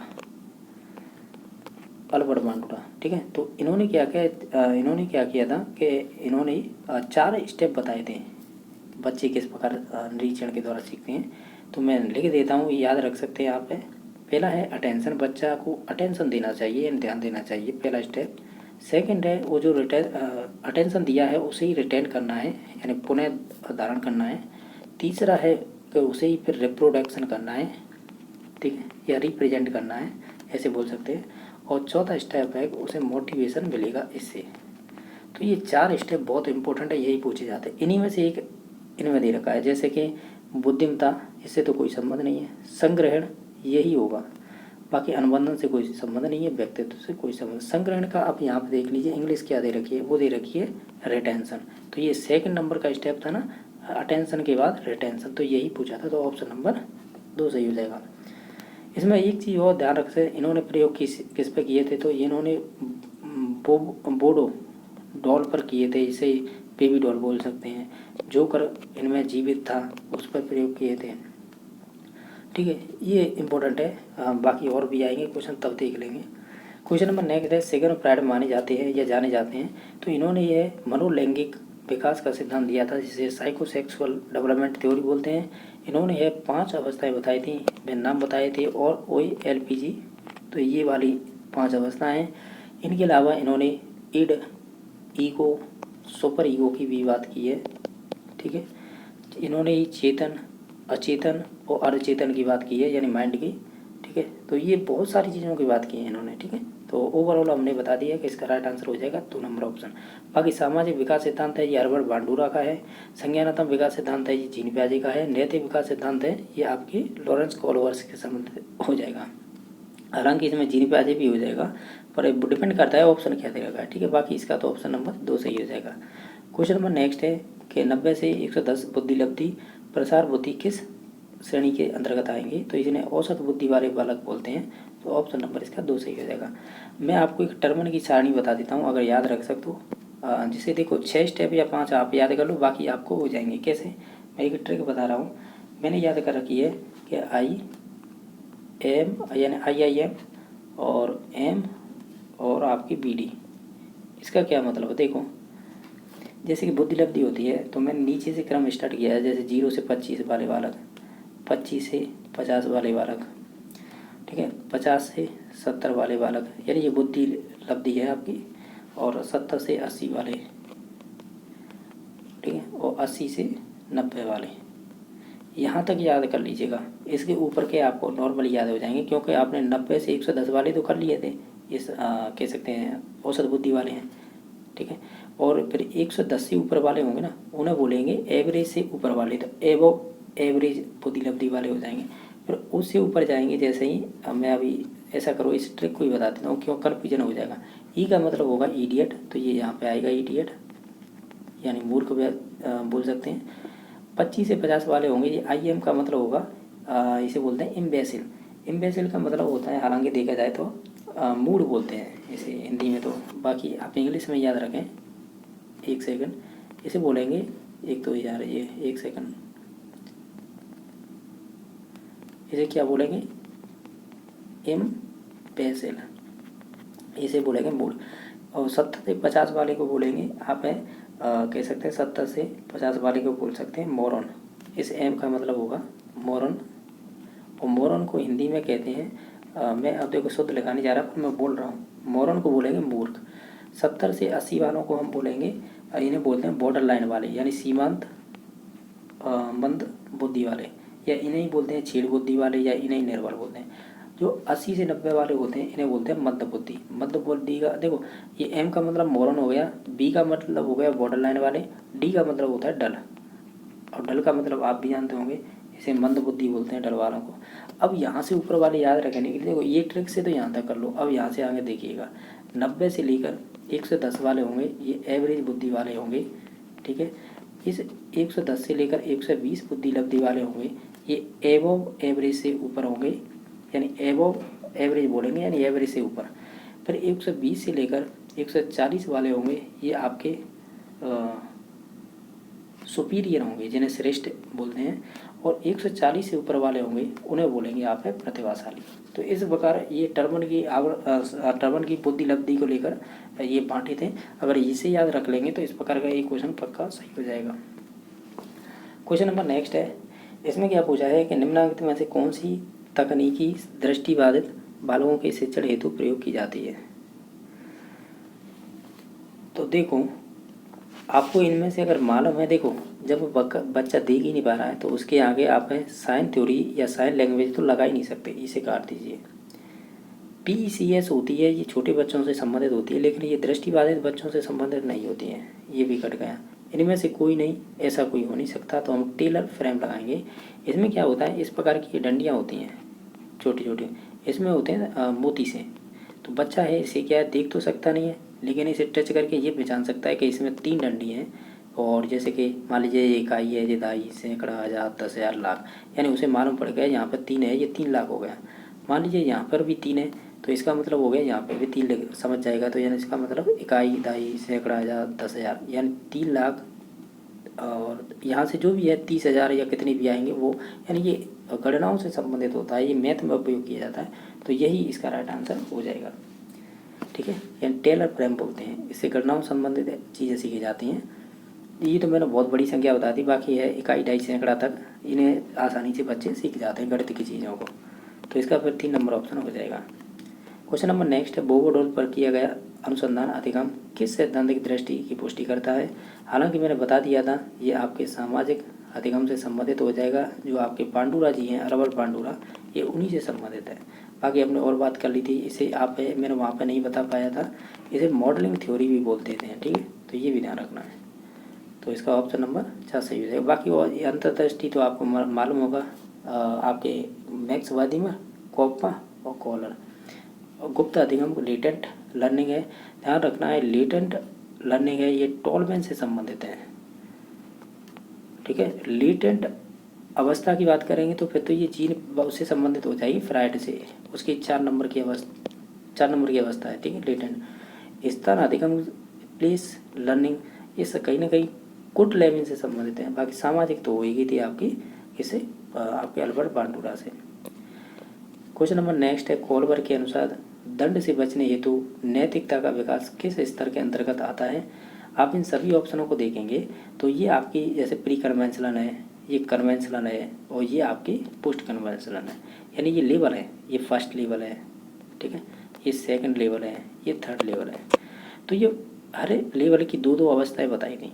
ठीक है, हर लेवल की दो दो अवस्थाएं बताई थी। तो इस प्रकार ये 6 अवस्था हो जाती हैं। हमें क्वेश्चन में ये पूछा है कि आप तो दंड से बचने हेतु नैतिकता का विकास किस अवस्था में होता है या किस लेवल में? तो ये आपका हो जाएगा, अगर देखें तो ये प्री कन्वेंशनल है, यानी 1 नंबर की अवस्था होगी ना, यानी 1 नंबर की अवस्था तो नहीं बोलेंगे, 1 नंबर का लेवल है, इसी में आती है आपकी पहली अवस्था, जिसे बोलते हैं ओबीडेंस। सही है ना, ओबीडेंस एंड पनिशमेंट ओरिएंटेशन बोलते हैं, जिसे बोलते हैं दंड एवं आज्ञाकारिता, ये उसी से संबंधित है। ठीक है, बाकी सेकंड स्टेज आती है इसी की, वो उसे बोलते हैं हम इंस्ट्रूमेंटल ओरिएंटेशन है, यानी अहंकार और सुखवादी की अवस्था, जिसमें टिट फॉर टैट की कंडीशन लगती है। ठीक है, तो ये इसी से संबंधित है। बाकी इसमें 2 अवस्थाएं आती हैं, वो आपको मालूम होगा। एक तो आती है आपकी रिलेशन वाली, रिलेशन मतलब होता है कि आपकी अंतर संबंधित होते हैं, जैसे आपके नाइस बॉय और गुड गर्ल। इसमें फिर एक और आती है लॉ एंड ऑर्डर, कानून को मानना। फिर उत्तर रूढ़िवादी में 2 आती हैं, एक तो सोशल कॉन्ट्रैक्ट आता है और दूसरा आता है एथिकल वादी। ठीक है, यूनिवर्सल एथिकल वाली। तो ये आपकी 6 स्टेज है, 3 लेवल थे। तो इसका ऑप्शन नंबर 1 सही हो जाएगा। क्वेश्चन नंबर आपका 29वां है कि अधिगम अक्षमता शब्द का सर्वप्रथम प्रयोग किसने किया था? यानी लर्निंग डिसेबिलिटी की बात हो रही है, तो मैंने बताया था सैमुअल क्रिक हो जाएगा। ठीक है, अगर ऑटिज्म शब्द की बात करें कोई भी, तो ऑटिज्म शब्द किसने दिया था? वो फिर दिया था लियो केनर ने। जो ऑप्शन नंबर 1 दिखाई दे रहा है ना, वो यही है, लियो केनर। ठीक है, बाकी सेकंड प्राइड तो हम जानते हैं, डाउन का हमें पता नहीं है, तो इसमें से ऑप्शन नंबर 3 सही हो जाएगा। क्वेश्चन नंबर नेक्स्ट है, एक बालक का उसकी माता के प्रति जो अट्रैक्शन यानी आकर्षण है, ये प्राइड ने क्या कहा था? देखो, अब इसे शांति से समझना, मैं एक एक चीज़ बता देता हूँ इसमें, कि सिगमंड फ्राइड ने जो अपना सिद्धांत दिया था उसे 5 अवस्था में बांटा था, जिसे मनोलैंगिक विकास का सिद्धांत बोलते हैं। ठीक है, 5 स्टेज कौन सी थी मैंने कई बार लिखा है, वही LPG का नाम बता, मैंने ऐसे याद कर रखी है, ये LPG। ठीक है, ये पहले नंबर की होती अवस्था, ये दूसरे नंबर की होगी, ये वाली तीसरी होगी। क्योंकि याद करने में उल्टा सीधे हो जाए कोई बात नहीं, हमें तो याद होना चाहिए। ये 5 अवस्थाएं, जिसमें से जो फैलिक वाली अवस्था, ये गलत लिख दिया, ये 4 नंबर की ये हो गई, 3 नंबर की ये हो गई। ये मैंने कई बार बताया कि मैंने तो याद करने के लिए ये उल्टा सीधे अक्षर है इधर उधर कर लिए, लेकिन याद हो गए हैं, ये है। ठीक है, तो आप समझ गए होंगे, 1 नंबर की, 2 नंबर की, ये 4 नंबर की है, ये 3 नंबर की। हालांकि 2 पैसे 3 इधर आएगा, लेकिन याद करने के लिए कर लिया, ये 4 नंबर, ये 5 नंबर। तो ये फैलिक स्टेज है ना 3 नंबर की। अब इसको डिवाइड कर रखा है इन्होंने, ये बोलेंगे फैलिक स्टेज। अब इस स्टेज की पहले तो उम्र याद रखिएगा, 4 से 6 वर्ष होती है। ठीक है, अब इसमें 2 प्रकार की ग्लैंड्स पाई जाती हैं, एक तो इलेक्ट्रा, ठीक है, इलेक्ट्रा ग्लैंड्स। इसकी विशेषता सुनिएगा, ये पाई जाती है गर्ल्स में, और गर्ल्स का अट्रैक्शन होगा अपने फादर की ओर। ठीक है, एक पाई जाती है ऑडिपस ग्लैंड्स, ये किस में पाई जाएगी? बॉय में। और बॉय का अट्रैक्शन किसके साथ होगा? यार ये लिखा नहीं जा रहा है, एक सेकंड। बॉय का अट्रैक्शन किसके साथ होगा? अपनी मदर के साथ। इस प्रकार की ये विशेषता होती हैं। यानी आप ऐसे ध्यान रख सकते हैं कि जो एक बालक है उसकी माता के प्रति अगर आकर्षण है, इसका मतलब है बालक है तो ओडिपस हो जाएगा। और अगर उसके माता के प्रति उसका अट्रैक्शन है तो इसका मतलब है कि ये आपकी ओडिपस ग्रंथि हो जाएगी। ठीक है। और किस अवस्था में आती है? फेलिक स्टेज। फेलिक स्टेज है 3 नंबर की अवस्था है जिसकी उम्र होती है 4 से 6। इसमें और भी ऑप्शन दे रखे हैं। इलेक्ट्रा, इलेक्ट्रा मैंने बताया था ये गर्ल होगी और गर्ल का अट्रैक्शन किसकी ओर होगा? अपने फादर की ओर।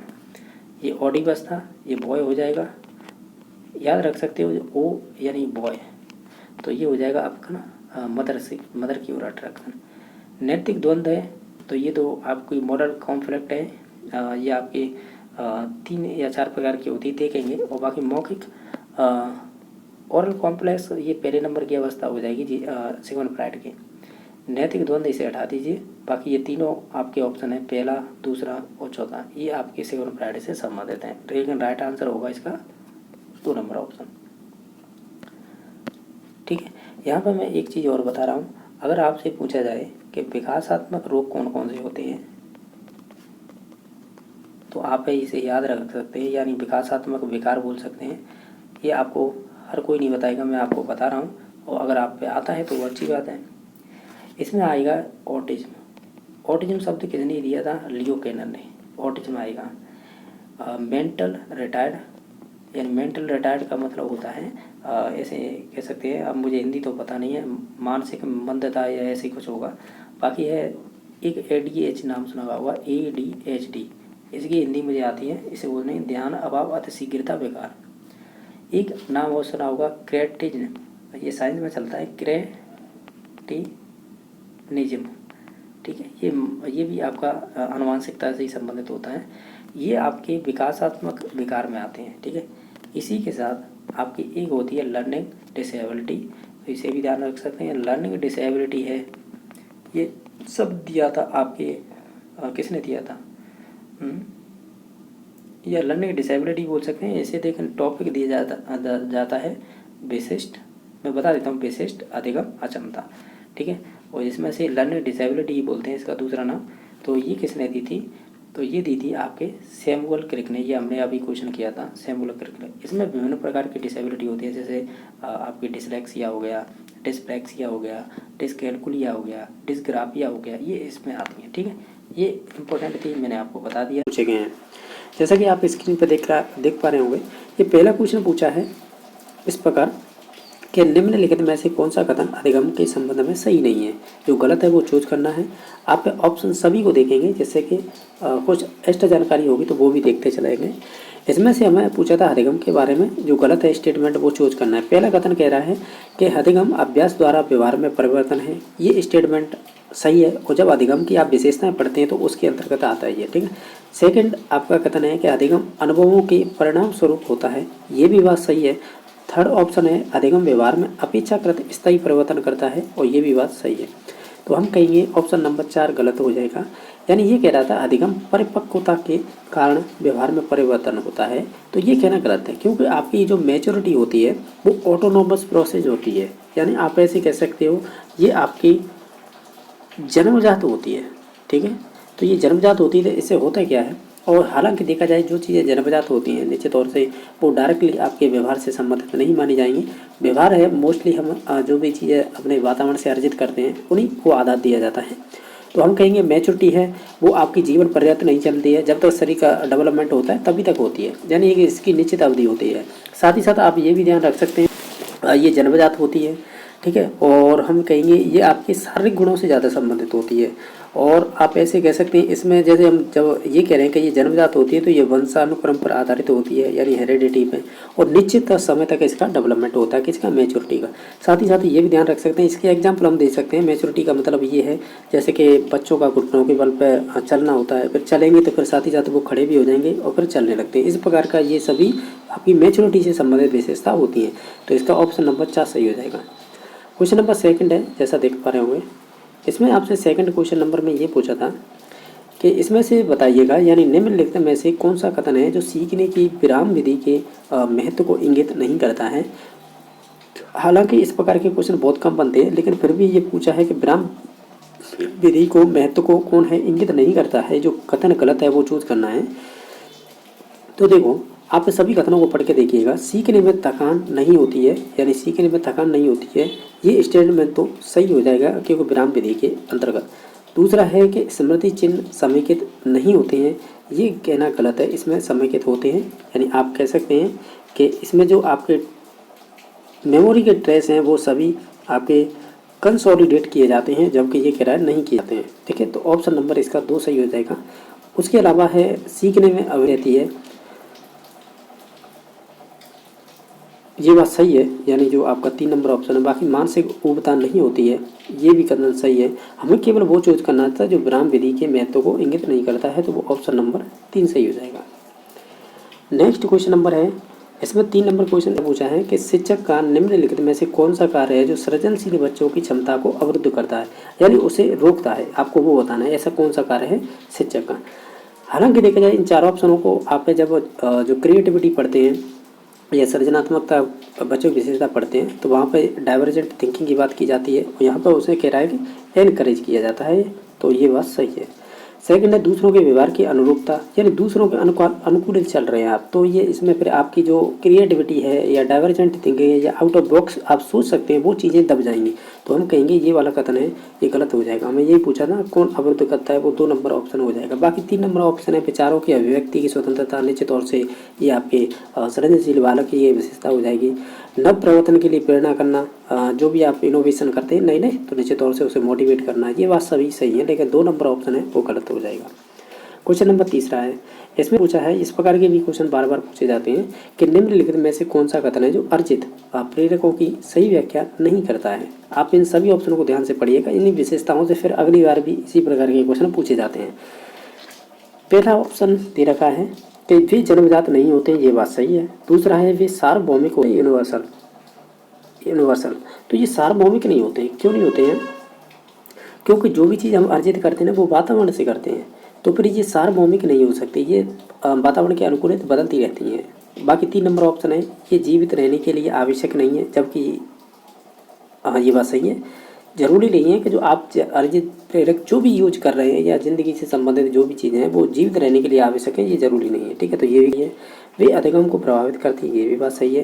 वे जन्मजात नहीं होते, ये हमने स्टेटमेंट पहला देख लिया था। इस प्रकार है, हम कहेंगे 2 नंबर ऑप्शन है ना, इसका राइट आंसर हो जाएगा। ये जन्मजात नहीं होते हैं, ये ध्यान, सॉरी जन्मजात तो नहीं होते हैं, ये बात सही है, लेकिन वे सार्वभौमिक नहीं होते। ठीक है, ये कह रहा है सार्वभौमिक होते हैं, जबकि ये सार्वभौमिक नहीं होते हैं। ठीक है, तो ऑप्शन नंबर इसका 2 सही हो जाएगा। क्वेश्चन नंबर नेक्स्ट है, इसमें पूछा है 5 नंबर क्वेश्चन में, किसी कार्य को या किसी कार्य का संतोषजनक प्रभाव उस कार्य के लिए सीखने को प्रभावित करता है। सीखने का यह नियम किससे संबंधित है या किसने प्रतिपादित किया था। जब भी आप सीखने के नियम की बात करेंगे तो निश्चित तौर से आप वहाँ पर थॉर्नडाइक का नाम लेंगे।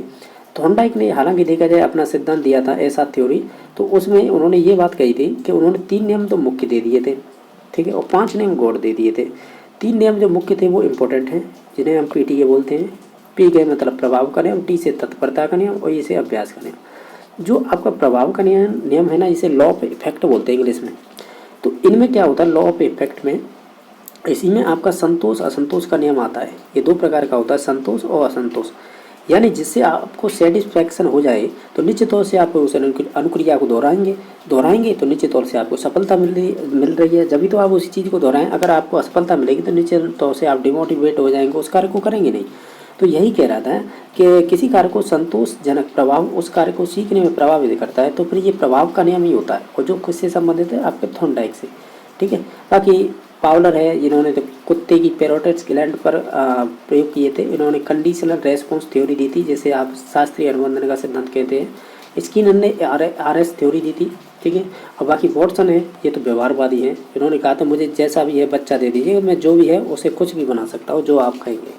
नेक्स्ट क्वेश्चन है, ये क्वेश्चन पूछा है आपका संबंधित है, इसमें ये कह रहा है कि जो श्रवण बाधित यानी जो बच्चे सुन नहीं सकते, विद्यार्थियों के शिक्षण अधिगम हेतु कौन सा प्रशिक्षण आवश्यक नहीं है। यानी ये क्वेश्चन थोड़ा लॉजिक अपना यही लगाना था, ये बात किसकी कर रहा है, जो श्रवण यानी सुन नहीं सकते उनकी बात कर रहा है, और लेकिन उनसे विशेषता संबंधित नहीं है, वही पूछी है इसने। देखो, ओष्ठ पठन का मतलब होता है कि बच्चे के अगर है कुछ भी चीज़ कह रहे हैं तो आप जब जो आपके होठ चलेंगे तो निश्चित तौर से वो पहचान जाएगा आप ये कहना चाह रहे हो। संकेत यानी किसी भी संकेत के या साइन लैंग्वेज के थ्रू आप समझा सकते हैं। ये दोनों ही आपके श्रवण बाधित बच्चे इससे संबंधित हो जाएंगे। अब देखिए ब्रेल लिपि। ब्रेल लिपि उन बच्चों के लिए होती है जो दृष्टिबाधित होते हैं, जो देख नहीं सकते हैं। तो देखने और सुनने से कोई लेना देना नहीं होता है, क्योंकि विधियों की बात कर रहे हैं जब आप, तो पर्टिकुलर आपको उसी सेंस में बात करनी होगी जो क्वेश्चन पूछ रहा है। तो ये दृष्टिबाधित हो गए। गामक प्रशिक्षण का मतलब होता है कि जो आप जैसे ग्रॉस मोटर होती है और एक फाइन मोटर होती है, इनकी दो प्रकार होते हैं। तो उनमें विभिन्न प्रकार की जो अनुक्रिया होती हैं जिसमें हमारे मसल्स काम करें, तो उनसे संबंधित होती है। तो ये दोनों ही आपके श्रवण बाधित विद्यार्थियों से संबंधित नहीं है, यही क्वेश्चन पूछा है। तो इसका सी और डी ऑप्शन नंबर 3 सही हो जाएगा। ठीक है, यानी सी और डी है, इनसे कोई लेना देना नहीं है आपके जो श्रवण बाधित बच्चे हैं उनसे। बाकी दोनों से ओष्ठ पठन और संगीत पठन ये आपके श्रवण बाधित बच्चों से संबंधित हैं। क्वेश्चन नंबर नेक्स्ट है जो है 7 नंबर क्वेश्चन, इस प्रकार पूछा है।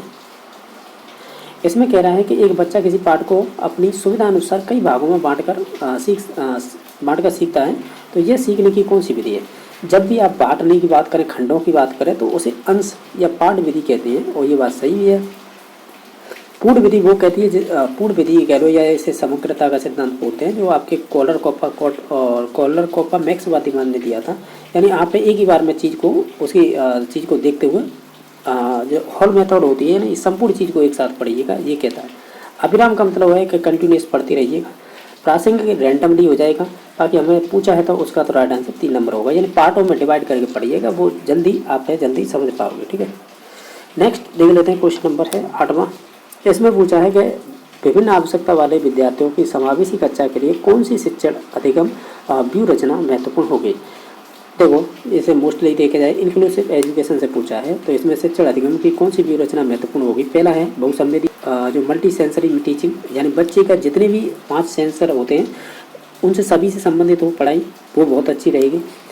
और सहयोगी अधिगम का मतलब कोऑपरेट लर्निंग होती है, जो सहपाठी बच्चे होते हैं उनके साथ है, या शिक्षक इसमें हेल्प कर सकता है निश्चित तौर से, ये भी इंपॉर्टेंट होता है आपकी इंक्लूसिव एजुकेशन में। बाकी साथी शिक्षण पीयर ट्यूटरिंग बोलते हैं, यानी जो एक ही उम्र के बच्चे एक ही क्लास में पढ़ते हैं उन्हें साथी शिक्षण बोल सकते हैं, तो ये भी हेल्प करेगा। बाकी दल शिक्षण जो टीम टीचिंग बोलते हैं इसे दल शिक्षण, तो ये भी एक तरह से इसमें प्रॉब्लम दे दी जाती है, बच्चे को समस्या का समाधान करते हैं, तो निश्चित तौर से ये भी इंपॉर्टेंट हो जाएगा। हम कहेंगे ये सभी चीज़ें आपकी शिक्षण अधिगम व्यू रचना में महत्वपूर्ण होंगी, तो इस तरह इसका ऑप्शन नंबर 4 सही हो जाएगा। अब नेक्स्ट क्वेश्चन नंबर देख लेते हैं। इसमें 9 नंबर क्वेश्चन है, किस अधिगम योग्यता में निम्नलिखित हस्तक्षेप कार्यक्रम सुझाए गए हैं। यानी आपसे कह रहा है कि जो अधिगम योग्यता होती है लर्निंग डिसेबिलिटी बोलते हैं, में निम्नलिखित हस्तक्षेप का कार्यक्रम सुझाव दिए गए हैं। जैसे कि पहला कथन दे रखा है कि भाषाई समझ के लिए प्रयास, दूसरा है वर्तनी सुधार के लिए अभ्यास। ये बताइए किस प्रकार की डिसेबिलिटी है ये। ठीक है, आपसे ये पूछा। कैसे देखा जाए, भाषाई समझ के लिए प्रयास का मतलब है जब भी अंडरस्टैंडिंग की बात करोगे तो वो पढ़ने से संबंधित होती है। जब भी आप भाषाई समझ की बात करें या पढ़ने की बात करें, वो सभी चीज़ें आएगी आपके डिसलेक्सिया में। बाकी वर्तनी सुधार के लिए जैसा पढ़ोगे वैसा ही लिखोगे, तो निश्चित तौर से ये विशेषताएं सोचने वाली थी। दोनों ही स्टेटमेंट अच्छे पूछे थे, ये डिसलेक्सिया से संबंधित होंगे। बाकी डिस्ग्राफिया लेखन संबंधित डिसेबिलिटी होती है, और ये आपकी वेद की घटनाओं से संबंधित होती है। तो इस प्रकार इसका ऑप्शन नंबर तो 1 ही सही हो जाएगा। ठीक है, नेक्स्ट क्वेश्चन नंबर देख लेते हैं। ये कह रहा है क्वेश्चन नंबर कि किस मनोवैज्ञानिक ने अपने संज्ञानात्मक विकास सिद्धांत में वस्तु स्थायित्व का संप्रत्यय प्रस्तुत किया था। जब भी ऑब्जेक्ट परमानेंस बोलते हैं इसे, वस्तु स्थायित्व को, ये जब भी बात होगी वो आपके जीन प्राजी से संबंधित होगी। इनकी 4 अवस्थाएं थी, जैसे बोलते हैं SPCF, यानी सेंसरी मोटर स्टेज और सेंसरी ऑपरेशनल स्टेज बोल सकते हैं, या सेंसरी मोटर स्टेज। दूसरी थी प्री ऑपरेशनल, तीसरी थी कॉन्क्रीट, चौथी थी फॉर्मल, या इसे ही एब्स्ट्रैक्ट बोल देते हैं। जो सेंसरी मोटर स्टेज है ना, उसी के अंतर्गत आती है आपकी ऑब्जेक्ट परमानेंस। यानी ऑब्जेक्ट परमानेंस होता क्या है वो सुन लीजिएगा। अगर 0 से 18 माह का बच्चा है तो निश्चित तौर से उसके सामने से कोई भी चीज़ उठाइएगा, उसके सामने से उसे कोई फर्क नहीं पड़ेगा। जैसे ही वो 18 माह से लेकर 24 माह यानी 2 साल का हो जाता है, अगर उसके सामने से अब उठाओगे तो निश्चित तौर से वो ढूंढने लग जाएगा उन चीज़ों को जहाँ पे भी आप दुकाना चाहोगे उस वस्तु को। तो हम ये कहते हैं कि आँखों से ओझल हो जाना, इस प्रकार का ये क्वेश्चन आता है तो वो वस्तु स्थायित्व के लिए आता है। ठीक है, अगर ऑब्जेक्ट नहीं बन पा रहा है तो आंखों से ओझल हो जाना, ये वाला कथन हो जाएगा। अगर वो ढूंढ पा रहा है तो फिर 18 से 24 माह यानी वस्तु स्थायित्व बन चुका है, जैसे ऑब्जेक्ट परमानेंस बोलते हैं। जीन प्याजे से संबंधित है, सेंसरी मोटर स्टेज में आएगा ये पहली अवस्था में। ठीक है, तो ऑप्शन नंबर 1 सही हो जाएगा। क्वेश्चन नंबर नेक्स्ट है, इस प्रकार के भी क्वेश्चन बहुत पूछे जाते हैं, ये सी टेट और बाकी एस टेट पे तो पूछ ही लिए जाते हैं कि अनुदेशनात्मक कार्यक्रम के दौरान फीडबैक यानी प्रतिपुष्टि द्वारा सुधार के उद्देश्य से किया गया मूल्यांकन कहलाता है। जब भी आप दौरान की बात करें, ठीक है, और जिसमें फीडबैक हो या सुधार की बात हो, ये सभी आपके निर्माणात्मक ही सही रचनात्मक बोलते हैं, ठीक है। तो ये फॉर्मेटिव असेसमेंट से संबंधित होते हैं। जब हम इवोल्यूशन की बात करते हैं तो उसमें दो चलते हैं, एक तो सुमेलेटिव योगात्मक जो वर्ष के अंत में किया जाता है, ठीक है, और यानी जो आपको ग्रेड दिए जाते हैं वो इसी के अंतर्गत आते हैं। और जबकि जो दौरान में किए जाते हैं यानी संशोधन करने के लिए या सुधार करने के लिए या कोई कमी चल रही है आपके पढ़ने में या समझ नहीं पा रहे हो तो उसे सुधारने के लिए जो किए जाते हैं वो निर्माणात्मक मूल्यांकन होते हैं। तो इस प्रकार ये क्वेश्चन बनाता तो 4 नंबर ऑप्शन सही हो जाएगा। क्वेश्चन नंबर 4 है कि निम्नलिखित में से कौन सा एक बाह्य अभिप्रेरक नहीं है, यानी आपसे ये पूछ रहा है इसमें से बाह्य अभिप्रेरक नहीं है। अभिप्रेरक को ही आप इसमें क्या कह रहा है, इसमें इंग्लिश में कह रहा है एक्सट्रिंग्स, यानी एक तो होते हैं इनबॉर्न, एक होते हैं एक्सट्रिंग। इनबॉर्न वो होते हैं जो आपके बायोलॉजिकल संबंधित होते हैं जैसे भूख प्यास इस प्रकार के। एक्सट्रिंग वो होते हैं या बाह्य अभिप्रेरक वे होते हैं जो आपके वातावरण से संबंधित होते हैं। जैसे अब इसमें देखें कि इसमें से बाह्य अभिप्रेरक नहीं है। अनुमोदन जिसे हम अप्रूवल बोलते हैं वो हम मोस्टली मनुष्य से अप्रूवल लेते हैं या किसी अन्य संस्था से, तो निश्चित तौर से ये बाह्य हो जाएगी। सत्ता की बात करें, पावर, ये बाह्य होती है। उपलब्धि ये भी बाह्य होती है। लेकिन जो विश्राम होता है जिसे रेस्ट बोलते हैं ये आपका बायोलॉजिकल होता है, इसे बोल सकते हैं इन, यानी इनबॉर्न बोल सकते हैं, यानी ये आंतरिक अभिप्रेरक होता है। तो ऑप्शन नंबर 4 सही हो जाएगा। क्वेश्चन नंबर 9 है मानसिक आयु का संप्रत्यक किसने दिया था, ये आपके मानसिक आयु ये आपके विनय ने दिया था, अल्बर्ट विनय ने दिया था 1908 में। इसके साथ है शायद टर्मन भी हुआ करते थे, तो विनय साइमन परीक्षण बोलते हैं इसे, मानसिक आयु तभी दी थी। तो ऑप्शन नंबर 1 सही हो जाएगा। बाकी स्टर्न और टर्मन ने आपको ध्यान हो ME/CA जो बुद्धि लब्धि का सूत्र है वो दिया था, इसमें 100 भी जोड़ी गई है, ठीक है, ध्यान रखना। केवल टर्मन आ जाए तो भी राइट आंसर हो जाएगा और स्टर्न और टर्मन आ जाए तो भी। टर्मन ये दे ही रखा है। बेसलर है, बेसलर ने एक मिश्रित परीक्षण दिया था। मिश्रित परीक्षण किसका, बुद्धि का, और ये किससे संबंधित होता है, ये सामूहिक बुद्धि परीक्षण होता है, ठीक है, मिश्रित वाला। और ये अच्छे क्वेश्चन है क्योंकि ये आगे चल के हमें क्वेश्चन देखने को मिलेगा। क्वेश्चन नंबर नेक्स्ट है कि गेनी यानी जिसका नाम है रॉबर्ट गेनी है कि अधिगम प्रतिमान के अनुसार किसी भी संप्रत्य अधिगम के पूर्व किस प्रकार के अधिगम की आवश्यकता नहीं होगी। यानी जब आप रॉबर्ट गेनी को पढ़ेंगे तो इसने सीखने के पदानुक्रम बताया था 8। इन्होंने क्रम बताया था जिसे मैंने याद कर रखा है SSC वर्सेज DCRP, यानी मैं एक बार बता देता हूँ। इसे बोलते हैं आप कह सकते हैं साइन या सिग्नल लर्निंग, दूसरे से हो जाएगा SR लर्निंग जैसे स्टिमुलेट रेस्पॉन्स, तीसरे से हो जाएगा चेन लर्निंग, चौथे से हो जाएगा वर्बल लर्निंग, 5वें से हो जाएगा डिस्क्रिमिनेशन जिसे विभेदन लर्निंग बोलते हैं, C से हो जाएगा कॉन्सेप्ट, R से हो जाएगा रूल यानी नियम के द्वारा सीखना, लास्ट में होती प्रॉब्लम सॉल्विंग। ये शुरुआत की 4 स्टेप होती हैं, ये आपकी कह सकते हैं व्यवहारिक होती हैं चीज़ें, ठीक है, व्यवहारिक मान सकते हैं, जिसमें आपके है माइंड की आवश्यकता नहीं होगी, बाकी या फिजिकल बोल सकते हैं। और बाकी जो लास्ट की 4 होती हैं ये होती हैं आपके संज्ञानात्मक यानी दिमाग से संबंधित यानी मानसिक रूप से बोल सकते हैं। इसमें शुरुआत का स्टेप होता है वो निम्न स्तर होता है और जो लास्ट का होता है वो उच्चतम होता है। हालांकि इन सभी स्टेपों में देखें तो यहाँ पर हमसे बात कही गई है कि जो आपका C नंबर है ना, जो संप्रत्यय अधिगम के पूर्व, देखो संप्रत्यय यानी कॉन्सेप्ट है, कॉन्सेप्ट अधिगम के पूर्व किस प्रकार के अधिगम की आवश्यकता नहीं होगी। तो देखो ये आ रहा है ना रूल, रूल से पहले आती है कॉन्सेप्ट, तो हमें नियम अधिगम की आवश्यकता नहीं होगी, ठीक है। तो इसमें यही पूछा था किस अधिगम की आवश्यकता नहीं होगी, तो नियम की नहीं होगी, तो ऑप्शन नंबर कह सकते हैं 2 सही हो जाएगा। बाकी श्रृंखला वाला आपका 3 नंबर का था, विभेदन है ये आपके 5 नंबर का था, संकेत अधिगम है ये आपके 1 नंबर का। ये आपके सोपानकी थे और इन सोपानकी को प्रदर्शित करने के लिए उन्होंने एक पिरामिड बनाया था जिसमें आपके शुरुआत के स्टेप होंगे वो मैंने बता दिया था। S होगा, दूसरा फिर S होगा, पहले से S से सिग्नल हो जाएगा या साइन बोल सकते हैं, दूसरे से SR हो जाएगा, तीसरे से फिर आपका SSC वर्स C हो जाएगा यानी चेन वाला, फिर SSC वर्सेज तो V हो जाएगा, फिर उसके बाद T हो जाएगा, फिर उसके बाद SSC वर्सेज DC, फिर R और P लास्ट में हो जाता है प्रॉब्लम सॉल्विंग। तो संज्ञानात्मक क्षेत्र माना जाता है सबसे टफेस्ट, ठीक है। तो ऑप्शन नंबर इसका फिर 2 ही सही हो जाएगा। आपको ध्यान रखना होता है कि जो स्टेप पूछा जा रहा है उससे पहले वाला नहीं होगा, ये ध्यान रखना है, ठीक है। जैसे कि इसमें कॉन्सेप्ट पूछा गया था, ये C वाला ये था, इससे पहले वाला फिर R दे रखा है यानी रूल, तो ये नहीं होगा। तो ये चीज़ें आपको समझ नहीं होगी। ये विभिन्न प्रकार की परीक्षाओं क्वेश्चन बनते हैं, उन्हीं के आधार पर इन चीज़ों को पहचाना जाता है। बाकी तो टीचर तो डायरेक्टली आपको ये रैंडमली पढ़ा देते हैं और जो क्वेश्चन बनते हैं उस आधार पर आपको सोचना होगा। नेक्स्ट क्वेश्चन नंबर है जो 15 नंबर क्वेश्चन है।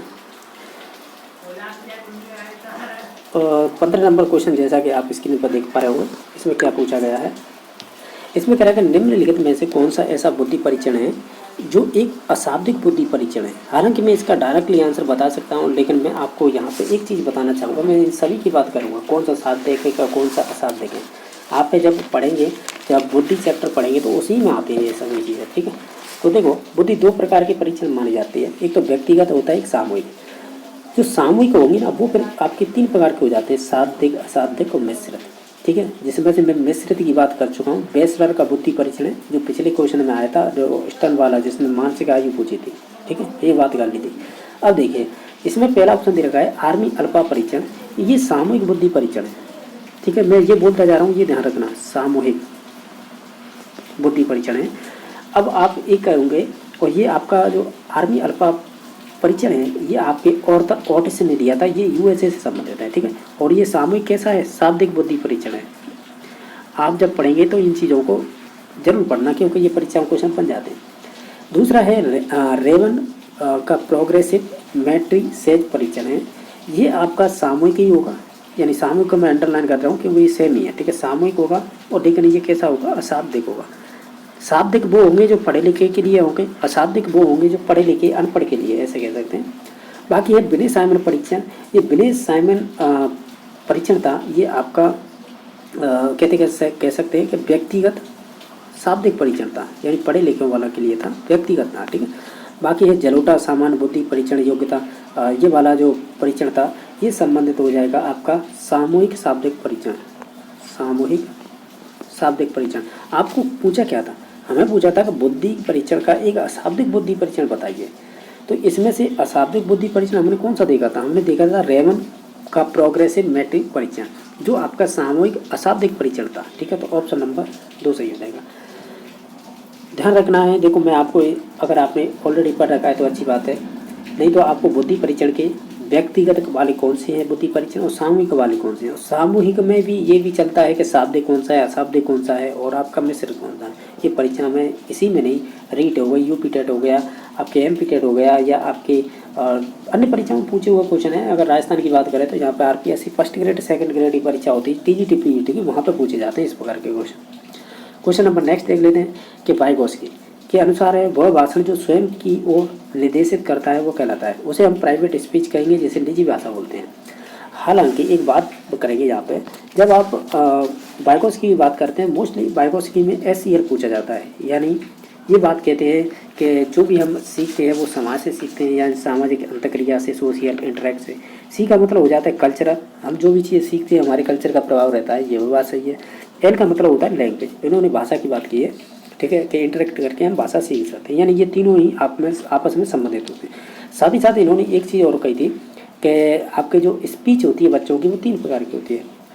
पहली होती है सोशल, दूसरी होती है आपकी प्राइवेट, तीसरी होती है आपकी साइलेंट, ठीक है। मैं यहाँ पर शुद्ध लिख नहीं पा रहा हूँ क्योंकि ये मोबाइल की स्क्रीन है, इसलिए साइलेंट इनर स्पीच बोल सकते हैं, ठीक है। मैं बोल के बताता हूँ, पहली थी आपकी सोशल स्पीच, दूसरी थी प्राइवेट स्पीच, तीसरी थी साइलेंट इनर स्पीच। जो सोशल स्पीच होती है इसमें क्या होता है कि हम टूटे फूटे शब्दों में दूसरों से बात करना होता है बच्चे का, और जिसकी उम्र मानी जाती है करीबन 2 वर्ष। प्राइवेट स्पीच का मतलब होता है 3 वर्ष से लेकर शायद 5 वर्ष होता है, और इसमें मतलब होता है कि बच्चे स्वयं से बातें करना, निजी स्वयं से बात करना, यानी निजी बात करना, ये सभी शब्द आते हैं। जैसे खुद को डायरेक्शन देने के लिए बात करना, या बोल कर बोलना, और या स्वयं की जो आपकी बात है, यानी जो आपकी बात करने का तरीका है, जो हमारी सोच और व्यवहार को दिशा देता है। इस प्रकार के अगर ये कथन आते हैं तो ये आपके प्राइवेट स्पीच से संबंधित होते हैं। बाकी साइलेंट इनर स्पीच होती है, ये संबंधित होती है, मन में ही सोचते रहते हैं बच्चे, क्योंकि इनकी उम्र होती है 7 के करीब होती है, ठीक। तो ये 3 प्रकार के बुद्धि के इनर स्पीच के, या कह सकते हैं बच्चों में किस प्रकार भाषा बोलते हैं उनसे संबंधित है, ठीक है। तो इसका राइट आंसर निजी स्पीच हो जाएगा, या निजी भाषा या भाषण बोल सकते हैं, तो ऑप्शन नंबर 2 सही हो जाएगा। और क्वेश्चन नंबर नेक्स्ट है, ये कह रहा है कौन सी शिक्षा अधिगम पद्धति बाल केंद्रित है और एवं प्रगतिशील शिक्षा में सम्मिलित नहीं की जाती है। देखो बाल केंद्रित विधियाँ अलग होती हैं और देखा जाए अबाल केंद्रित बोल सकते हैं या अमनोवैज्ञानिक विधियाँ बोल सकते हैं, वो 3-4 ही होती हैं, तो मोस्टली उन्हें याद रखें, बाकी बाल केंद्रित हो जाती हैं। जैसे प्रायोजना विधि, बच्चा खुद करके सीखता है, जिसमें प्रोजेक्ट दिए जाते हैं, तो ये बाल केंद्रित हो जाएगी।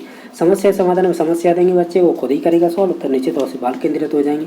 प्रयोगात्मक कोई भी प्रयोग देंगे, बच्चा खुद से करके लाता है, तो हम कहेंगे ये सभी यानी बच्चा खुद करके सीख रहा है, मेनली बात ये है। और बाकी भाषण तो टीचर देता है, और जो भाषण देता है तो वो तो एक्टिव है, और जो बाकी सुन रहे हैं वो इनएक्टिव है, ठीक है। तो इस वजह से हम अमनोवैज्ञानिक विधि मानते हैं, तो ऑप्शन नंबर सी सही हो जाएगा। बाकी सभी विधि ये मनोवैज्ञानिक थी, ठीक है, और जो आपकी भाषण है वो अमनोवैज्ञानिक विधि थी। क्वेश्चन नंबर नेक्स्ट है, ये कह रहा है निम्नलिखित में से कौन सा ऐसा कारक है जो व्यक्तिगत भिन्नताओं को प्रभावित करने वाले वंशानुगत कारकों को सम्मिलित नहीं करेंगे, इसमें से कौन सा कारक है। देखो ये अच्छा क्वेश्चन पूछा है। ये वंशानुगत का मतलब होता है कि आपके बायोलॉजिकल जो भी चीज़ें हैं पेरेंट्स से आपके अंदर आती हैं, या पेरेंट्स हैं वो उनके जो पिताजी रहे हैं तो निश्चित तौर से पेरेंट्स रहे होंगे, उनसे विशेषता आती है, ये पीढ़ी दर पीढ़ी चलता रहता है। तो ऐसी कौन सी व्यक्तिगत भिन्नताएं हैं जो वंशानुगत के कारकों को सम्मिलित नहीं करेंगे। जैसे आपके पिताजी की जो संरचना स्ट्रक्चर है उसी प्रकार की आपकी आँख नाक ये चीज़ें बन के आती हैं, तो निश्चित तौर से ये होता है वंशानुगत। बुद्धि की बात करें अगर, निश्चित तौर से अब ये कहते हैं समान प्रतिमान का नियम पढ़ते हैं डेवलपमेंट में, तो उसमें क्या होता है, जैसे पेरेंट्स है उसके जैसे बच्चे की बुद्धि लब्धि आ गई, यानी उसी प्रकार की बुद्धि है, सार बुद्धि है, जैसे माता पिता उसे आ रहे तो निश्चित तौर से बच्चा भी हो जाएगा, तो इसे समान प्रतिमान का नियम कहेंगे। यहीं पे एक नियम ऑर्डर हो जाता है, जैसे बोलते हैं प्रतिमान बोल दो या विपरीत लक्षणों वाले, जैसे प्रतिगमन भी बोलते हैं या प्रतिमान बोल सकते हैं, तो निश्चित तौर से वो इसी के अंतर्गत आता है, यानी समान आने वाले गुण और एक है विपरीत लक्षण आने वाले, तो इसी में आ जाते हैं दोनों। अभिक्षमता का मतलब होता है ये जन्मजात होती है, यानी ये आप एक से कैपेसिटी बोल सकते हैं, ये आपकी जन्मजात होती है, जिसे इंग्लिश में एप्टीट्यूड बोलते हैं, ठीक है। तो एप्टीट्यूड जन्मजात होती है, ठीक है। एक है अभिवृत्ति, अभिवृत्ति एप्टीट्यूड होता है, इसे अर्जित किया जाता है वातावरण से, ठीक है। तो हमें पूछा था कौन सा वंशानुगत है, यानी जैसे पेरेंट्स से वो लक्षण हमारे अंदर नहीं आते वो होंगे अभिवृत्ति। अभिवृत्ति होती है वो अर्जित होती है, वातावरण में रह करके सीखी जाती है, समाज में रह के। तो ऑप्शन नंबर 4 सही हो जाएगा। बाकी जो 3 ऑप्शन थे वो आपके जन्मजात से संबंधित थे, यानी वंशानुगत से। नेक्स्ट क्वेश्चन नंबर है आपका 19 नंबर। इसमें कह रहा है कि थॉर्नडाइक के बिल्ली पर सीखने के प्रयोग एक विशिष्ट व्यवहार को सीखने के लिए किस प्रकार के अभिप्रेरक का उपयोग किया गया था। अगर देखा जाए तो जो बिल्ली पे प्रयोग किया था ना आपके थॉर्नडाइक ने, उसने मांस के टुकड़े का उपयोग किया था, तो वही अभिप्रेरक के रूप में वो यूज किया था, तो वो एक जैविक कारक होगा, या जैविक आप कह सकते हैं अभिप्रेरक होगा, यानी बायोलॉजिकल मोटिव होगा। तो ऑप्शन नंबर 1 सही होगा। इसमें और कोई सोचने की ज़्यादा जरूरत नहीं कि सामाजिक होगा कि बाह्य होगा या वातावरणीय होगा, ठीक है। तो ऑप्शन नंबर 1 सही हो जाएगा। क्वेश्चन नंबर नेक्स्ट है, जो प्रतिभाशाली विद्यार्थी होते हैं उनके लिए निम्न में से कौन सी शैक्षिक व्यवस्था होनी चाहिए। तो निश्चित तौर से उन्हें एसिलेशन बोलते हैं, जिससे त्वरण, यानी आप उन्हें तुरंत गति से सिखा सकते हैं कुछ भी चीज़, और वो सीख भी जाते हैं, क्योंकि उन्हें इतनी प्रतिभाशाली बुद्धि की तब्दी होती है। तो निश्चित तौर से इन चीज़ों को, जैसे कि उन्हें क्लास जंप करवाना, ठीक है, और नई एनरिचमेंट प्रोग्राम चलाना, वो सभी इन्हीं के अंतर्गत आ जाते हैं प्रतिभाशाली बालकों से संबंधित। भाई उपचारात्मक शिक्षण है ये तो नहीं, वाचन अभ्यास ये भी नहीं, वाक उपचार ये भी नहीं, तो ऑप्शन नंबर 1 सही हो जाएगा। क्वेश्चन नंबर नेक्स्ट है, इसमें क्या पूछा है कि ये कह रहा है कि निम्नलिखित में से कौन सा उत्तर बाल्यावस्था के बच्चों की उपयुक्त सामाजिक व्यवहारिक विशेषता नहीं है। अच्छा, ये कह रहा है कि जो उत्तर बाल्यावस्था होती है ना, जैसे बाल्यावस्था है, बाल्यावस्था को इन्होंने 3 अवस्था में बांट रखा है, जैसे कि पूर्व और आपकी बाल्यावस्था हो जाएगी, मध्य बोल सकते हैं, और एक होती है उत्तर। तो ये उत्तर वाली अवस्था होती है ना, ये लास्ट वाली होती है 11 से 12 वर्ष, तो ये एंटर होने वाली होती है पूर्व किशोरावस्था में, क्योंकि किशोरावस्था को 3 अवस्था में बांट दिया है इन्होंने, जैसे पूर्व किशोरावस्था, मध्य किशोरावस्था और आपकी उत्तर किशोरावस्था। तो हम ये कह रहे हैं कि इनमें से उत्तर बाल्यावस्था की बच्चों की उपयुक्त सामाजिक व्यवहारिक विशेषता कौन सी नहीं होगी। हालांकि इसे आप 2-3 तरीका से पहचान सकते हैं। ऐसे पहचान सकते हैं, सहयोग बाल्यावस्था में आता है। देखो एक टर्म बता दूं, आप जब विशेषता को पढ़ेंगे ना डेवलपमेंट में, तो हम बाल्यावस्था की विशेषता बच्चे पढ़ते हैं, बच्चों में सामाजिक गुण आ जाता है। तो ये सामाजिक ही गुण तो सहयोग ही है, वही सहानुभूति आपकी, यानी जिसे सिंपैथी कहते हैं, वही आपकी प्रानुभूति है, जिसे आप एम्पैथी कहते हैं। अहम केंद्रता है ना, ये तो आपकी संबंधित होती है चीन प्याजे के दूसरे नंबर की अवस्था आती है, जैसे प्री ऑपरेशनल स्टेज बोलते हैं, ये 2 से 7 वर्ष की उम्र होती है ना, उसकी ये विशेषता है, ये तो अहम केंद्रता, ठीक है।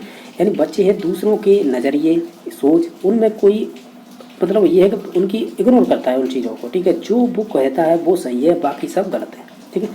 तो ऑप्शन नंबर इसका 4 सही हो जाएगा। बाकी ये तीनों विशेषताएं बाल्यावस्था की थी। क्वेश्चन नंबर आपका 22वां, इसमें कह रहा है निम्नलिखित में से कौन सा एक निबंधात्मक प्रकार के प्रश्नों का एक रूप नहीं है। तो देखो जब आप है देखो ये चीज़ें जब आप परीक्षण पढ़ेंगे ना, उपलब्धि परीक्षण हो गया या निदानात्मक परीक्षण हो गया, उसके साथ हम मूल्यांकन भी पढ़ते हैं, तो वहाँ पे आप देखेंगे एक तो वस्तुनिष्ठ प्रकार के प्रश्न होते हैं, उन्हें 2 भागों में बांटा गया है। उसी प्रकार पर आगे चल के उन्हें 4 भागों में बांटा गया है। ये चीज़ें पढ़ने की होती हैं, ठीक है। तो हमें ये बताने के जो निबंधात्मक परीक्षा होती है उनमें प्रकार क्या क्या होते हैं। एक तो वर्णनात्मक परीक्षा होती है, जिसे आप डेस्क्रिप्टिव बोलते हैं। विश्लेषणात्मक होती है, एनालिटिकल क्वेश्चन होते हैं। इसी में आपके आलोचनात्मक क्वेश्चन आते हैं, जिसे आप क्रिटिकल बोल सकते हैं। लेकिन जो प्रत्याविज्ञानात्मक है ना, ये वस्तुनिष्ठ का एक प्रकार है, ठीक है, ये ध्यान रखना है। जबकि हमें क्वेश्चन निबंधात्मक का पूछा था कि इसमें से निबंधात्मक प्रश्नों का एक प्रकार नहीं है, तो वो ऑप्शन नंबर सी सही हो जाएगा। प्रत्याविज्ञानात्मक ये वस्तुनिष्ठ के प्रकार होते हैं। वस्तुनिष्ठ में 2 प्रकार के आते हैं, एक तो होते हैं प्रत्याविज्ञानात्मक, एक होते हैं प्रत्यास्मरण वाले।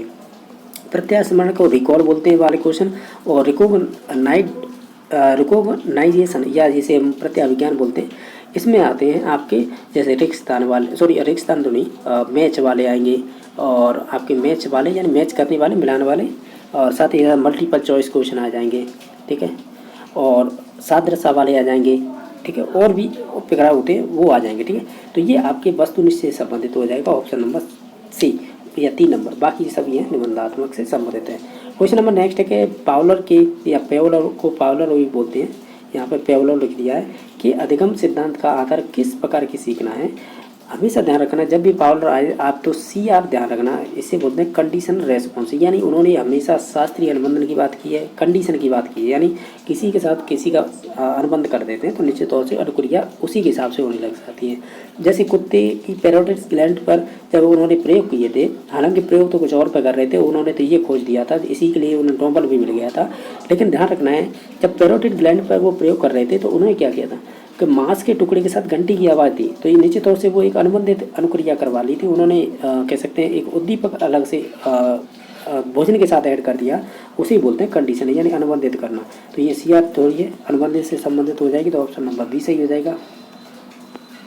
क्वेश्चन नंबर नेक्स्ट है कि समीपस्थ विकास का क्षेत्र, इसे ZPD बोलते हैं, जोन ऑफ प्रॉक्सिमल डेवलपमेंट। ये आपके वाइगोस्की से संबंधित है। वाइगोस्की से संबंधित तो हमने और भी बात कर ली थी ऊपर क्वेश्चनों में, आपको मालूम होगा। बाकी एरिक्सन ने मनोसामाजिक सिद्धांत दिया था, कोलबर्ग ने मॉडल थ्योरी दी थी जिसे आप बोलते हैं नैतिक विकास सिद्धांत, जीन पियाजे ने आपका संज्ञानात्मक सिद्धांत दिया था जिसे आप कॉग्निटिव डेवलपमेंट थ्योरी बोलते हैं। क्वेश्चन नंबर 25 है कौन सा कारक है जो अधिगम को नकारात्मक रूप से कह सकते हैं प्रभावित करेगा। इसमें से आप देखिएगा, इसमें नकारात्मक रूप से प्रभावित करेगा वो ऑप्शन चूज करना है। तो आप देखिएगा जैसे कि अभ्यास, तो ये तो पॉजिटिव बात है, इच्छा शक्ति ये भी पॉजिटिव, मोटिवेशन पॉजिटिव है, जो थकान है वो हो जाएगी नेगेटिव, तो ऑप्शन नंबर 4 सही हो जाएगा। क्वेश्चन नंबर नेक्स्ट है कि जब एक बच्चे को नैतिक विकास एक अच्छा लड़का या अच्छी लड़की घोषित करने की इच्छा पर आधारित होता है तो इसे नैतिकता का संबंध कहेंगे। ये ध्यान रखना जब आप इस थ्योरी को देखेंगे यानी स्टेटमेंट को, ये संबंधित है आपके कोलबर्ग से, लॉरेंस कोलबर्ग से। उन्होंने दिया था नैतिक विकास सिद्धांत। उन्होंने 3 लेवल बताए थे, जैसे लेवल 1, लेवल 2, लेवल 3। इनको फिर भी 2-2 उप अवस्थाओं बांटा रखा था, 1-2 नंबर की। फिर लेवल 2 में फिर 2 अवस्थाएं जिसे 3 और 4 नंबर की बोलते हैं। इसी प्रकार लेवल 3 है, इसको 5 और 6 नंबर की अवस्था बोलते हैं। जो 2 नंबर का लेवल होता है ना, उसमें आता है आपका एक्सचेंज का, यानी जिसमें गुड गर्ल और नाइस बॉय होता है। इसमें क्या होता है कि आप कोई अच्छा लड़का अच्छी लड़की बनने के लिए आप इन चीज़ों को करते हैं, उसके अंतर्गत यानी विशेषता है वो, तो वो आपकी संबंधित हो जाएगी अच्छी अंतर्वैयक्तिक संबंधों के कारण, ठीक है। यानी जैसे गुड, इसमें लिख रखा है इंटरपर्सनल रिलेशनशिप, यानी वो ये गुड गर्ल और नाइस बॉय उसकी एक विशेषता है, तो ऑप्शन नंबर 4 सही हो जाएगा। ये लेवल 2 और अवस्था नंबर 3, ठीक है, ये पूछा है। यानी आप कह सकते हैं 3 लेवल थे और 6 स्टेज थी। ये आपके लॉरेंस कोलबर्ग का नैतिक विकास सिद्धांत से संबंधित क्वेश्चन पूछा गया था। क्वेश्चन नंबर नेक्स्ट है विकास। विकास से 2-3 क्वेश्चन आते हैं हर बार।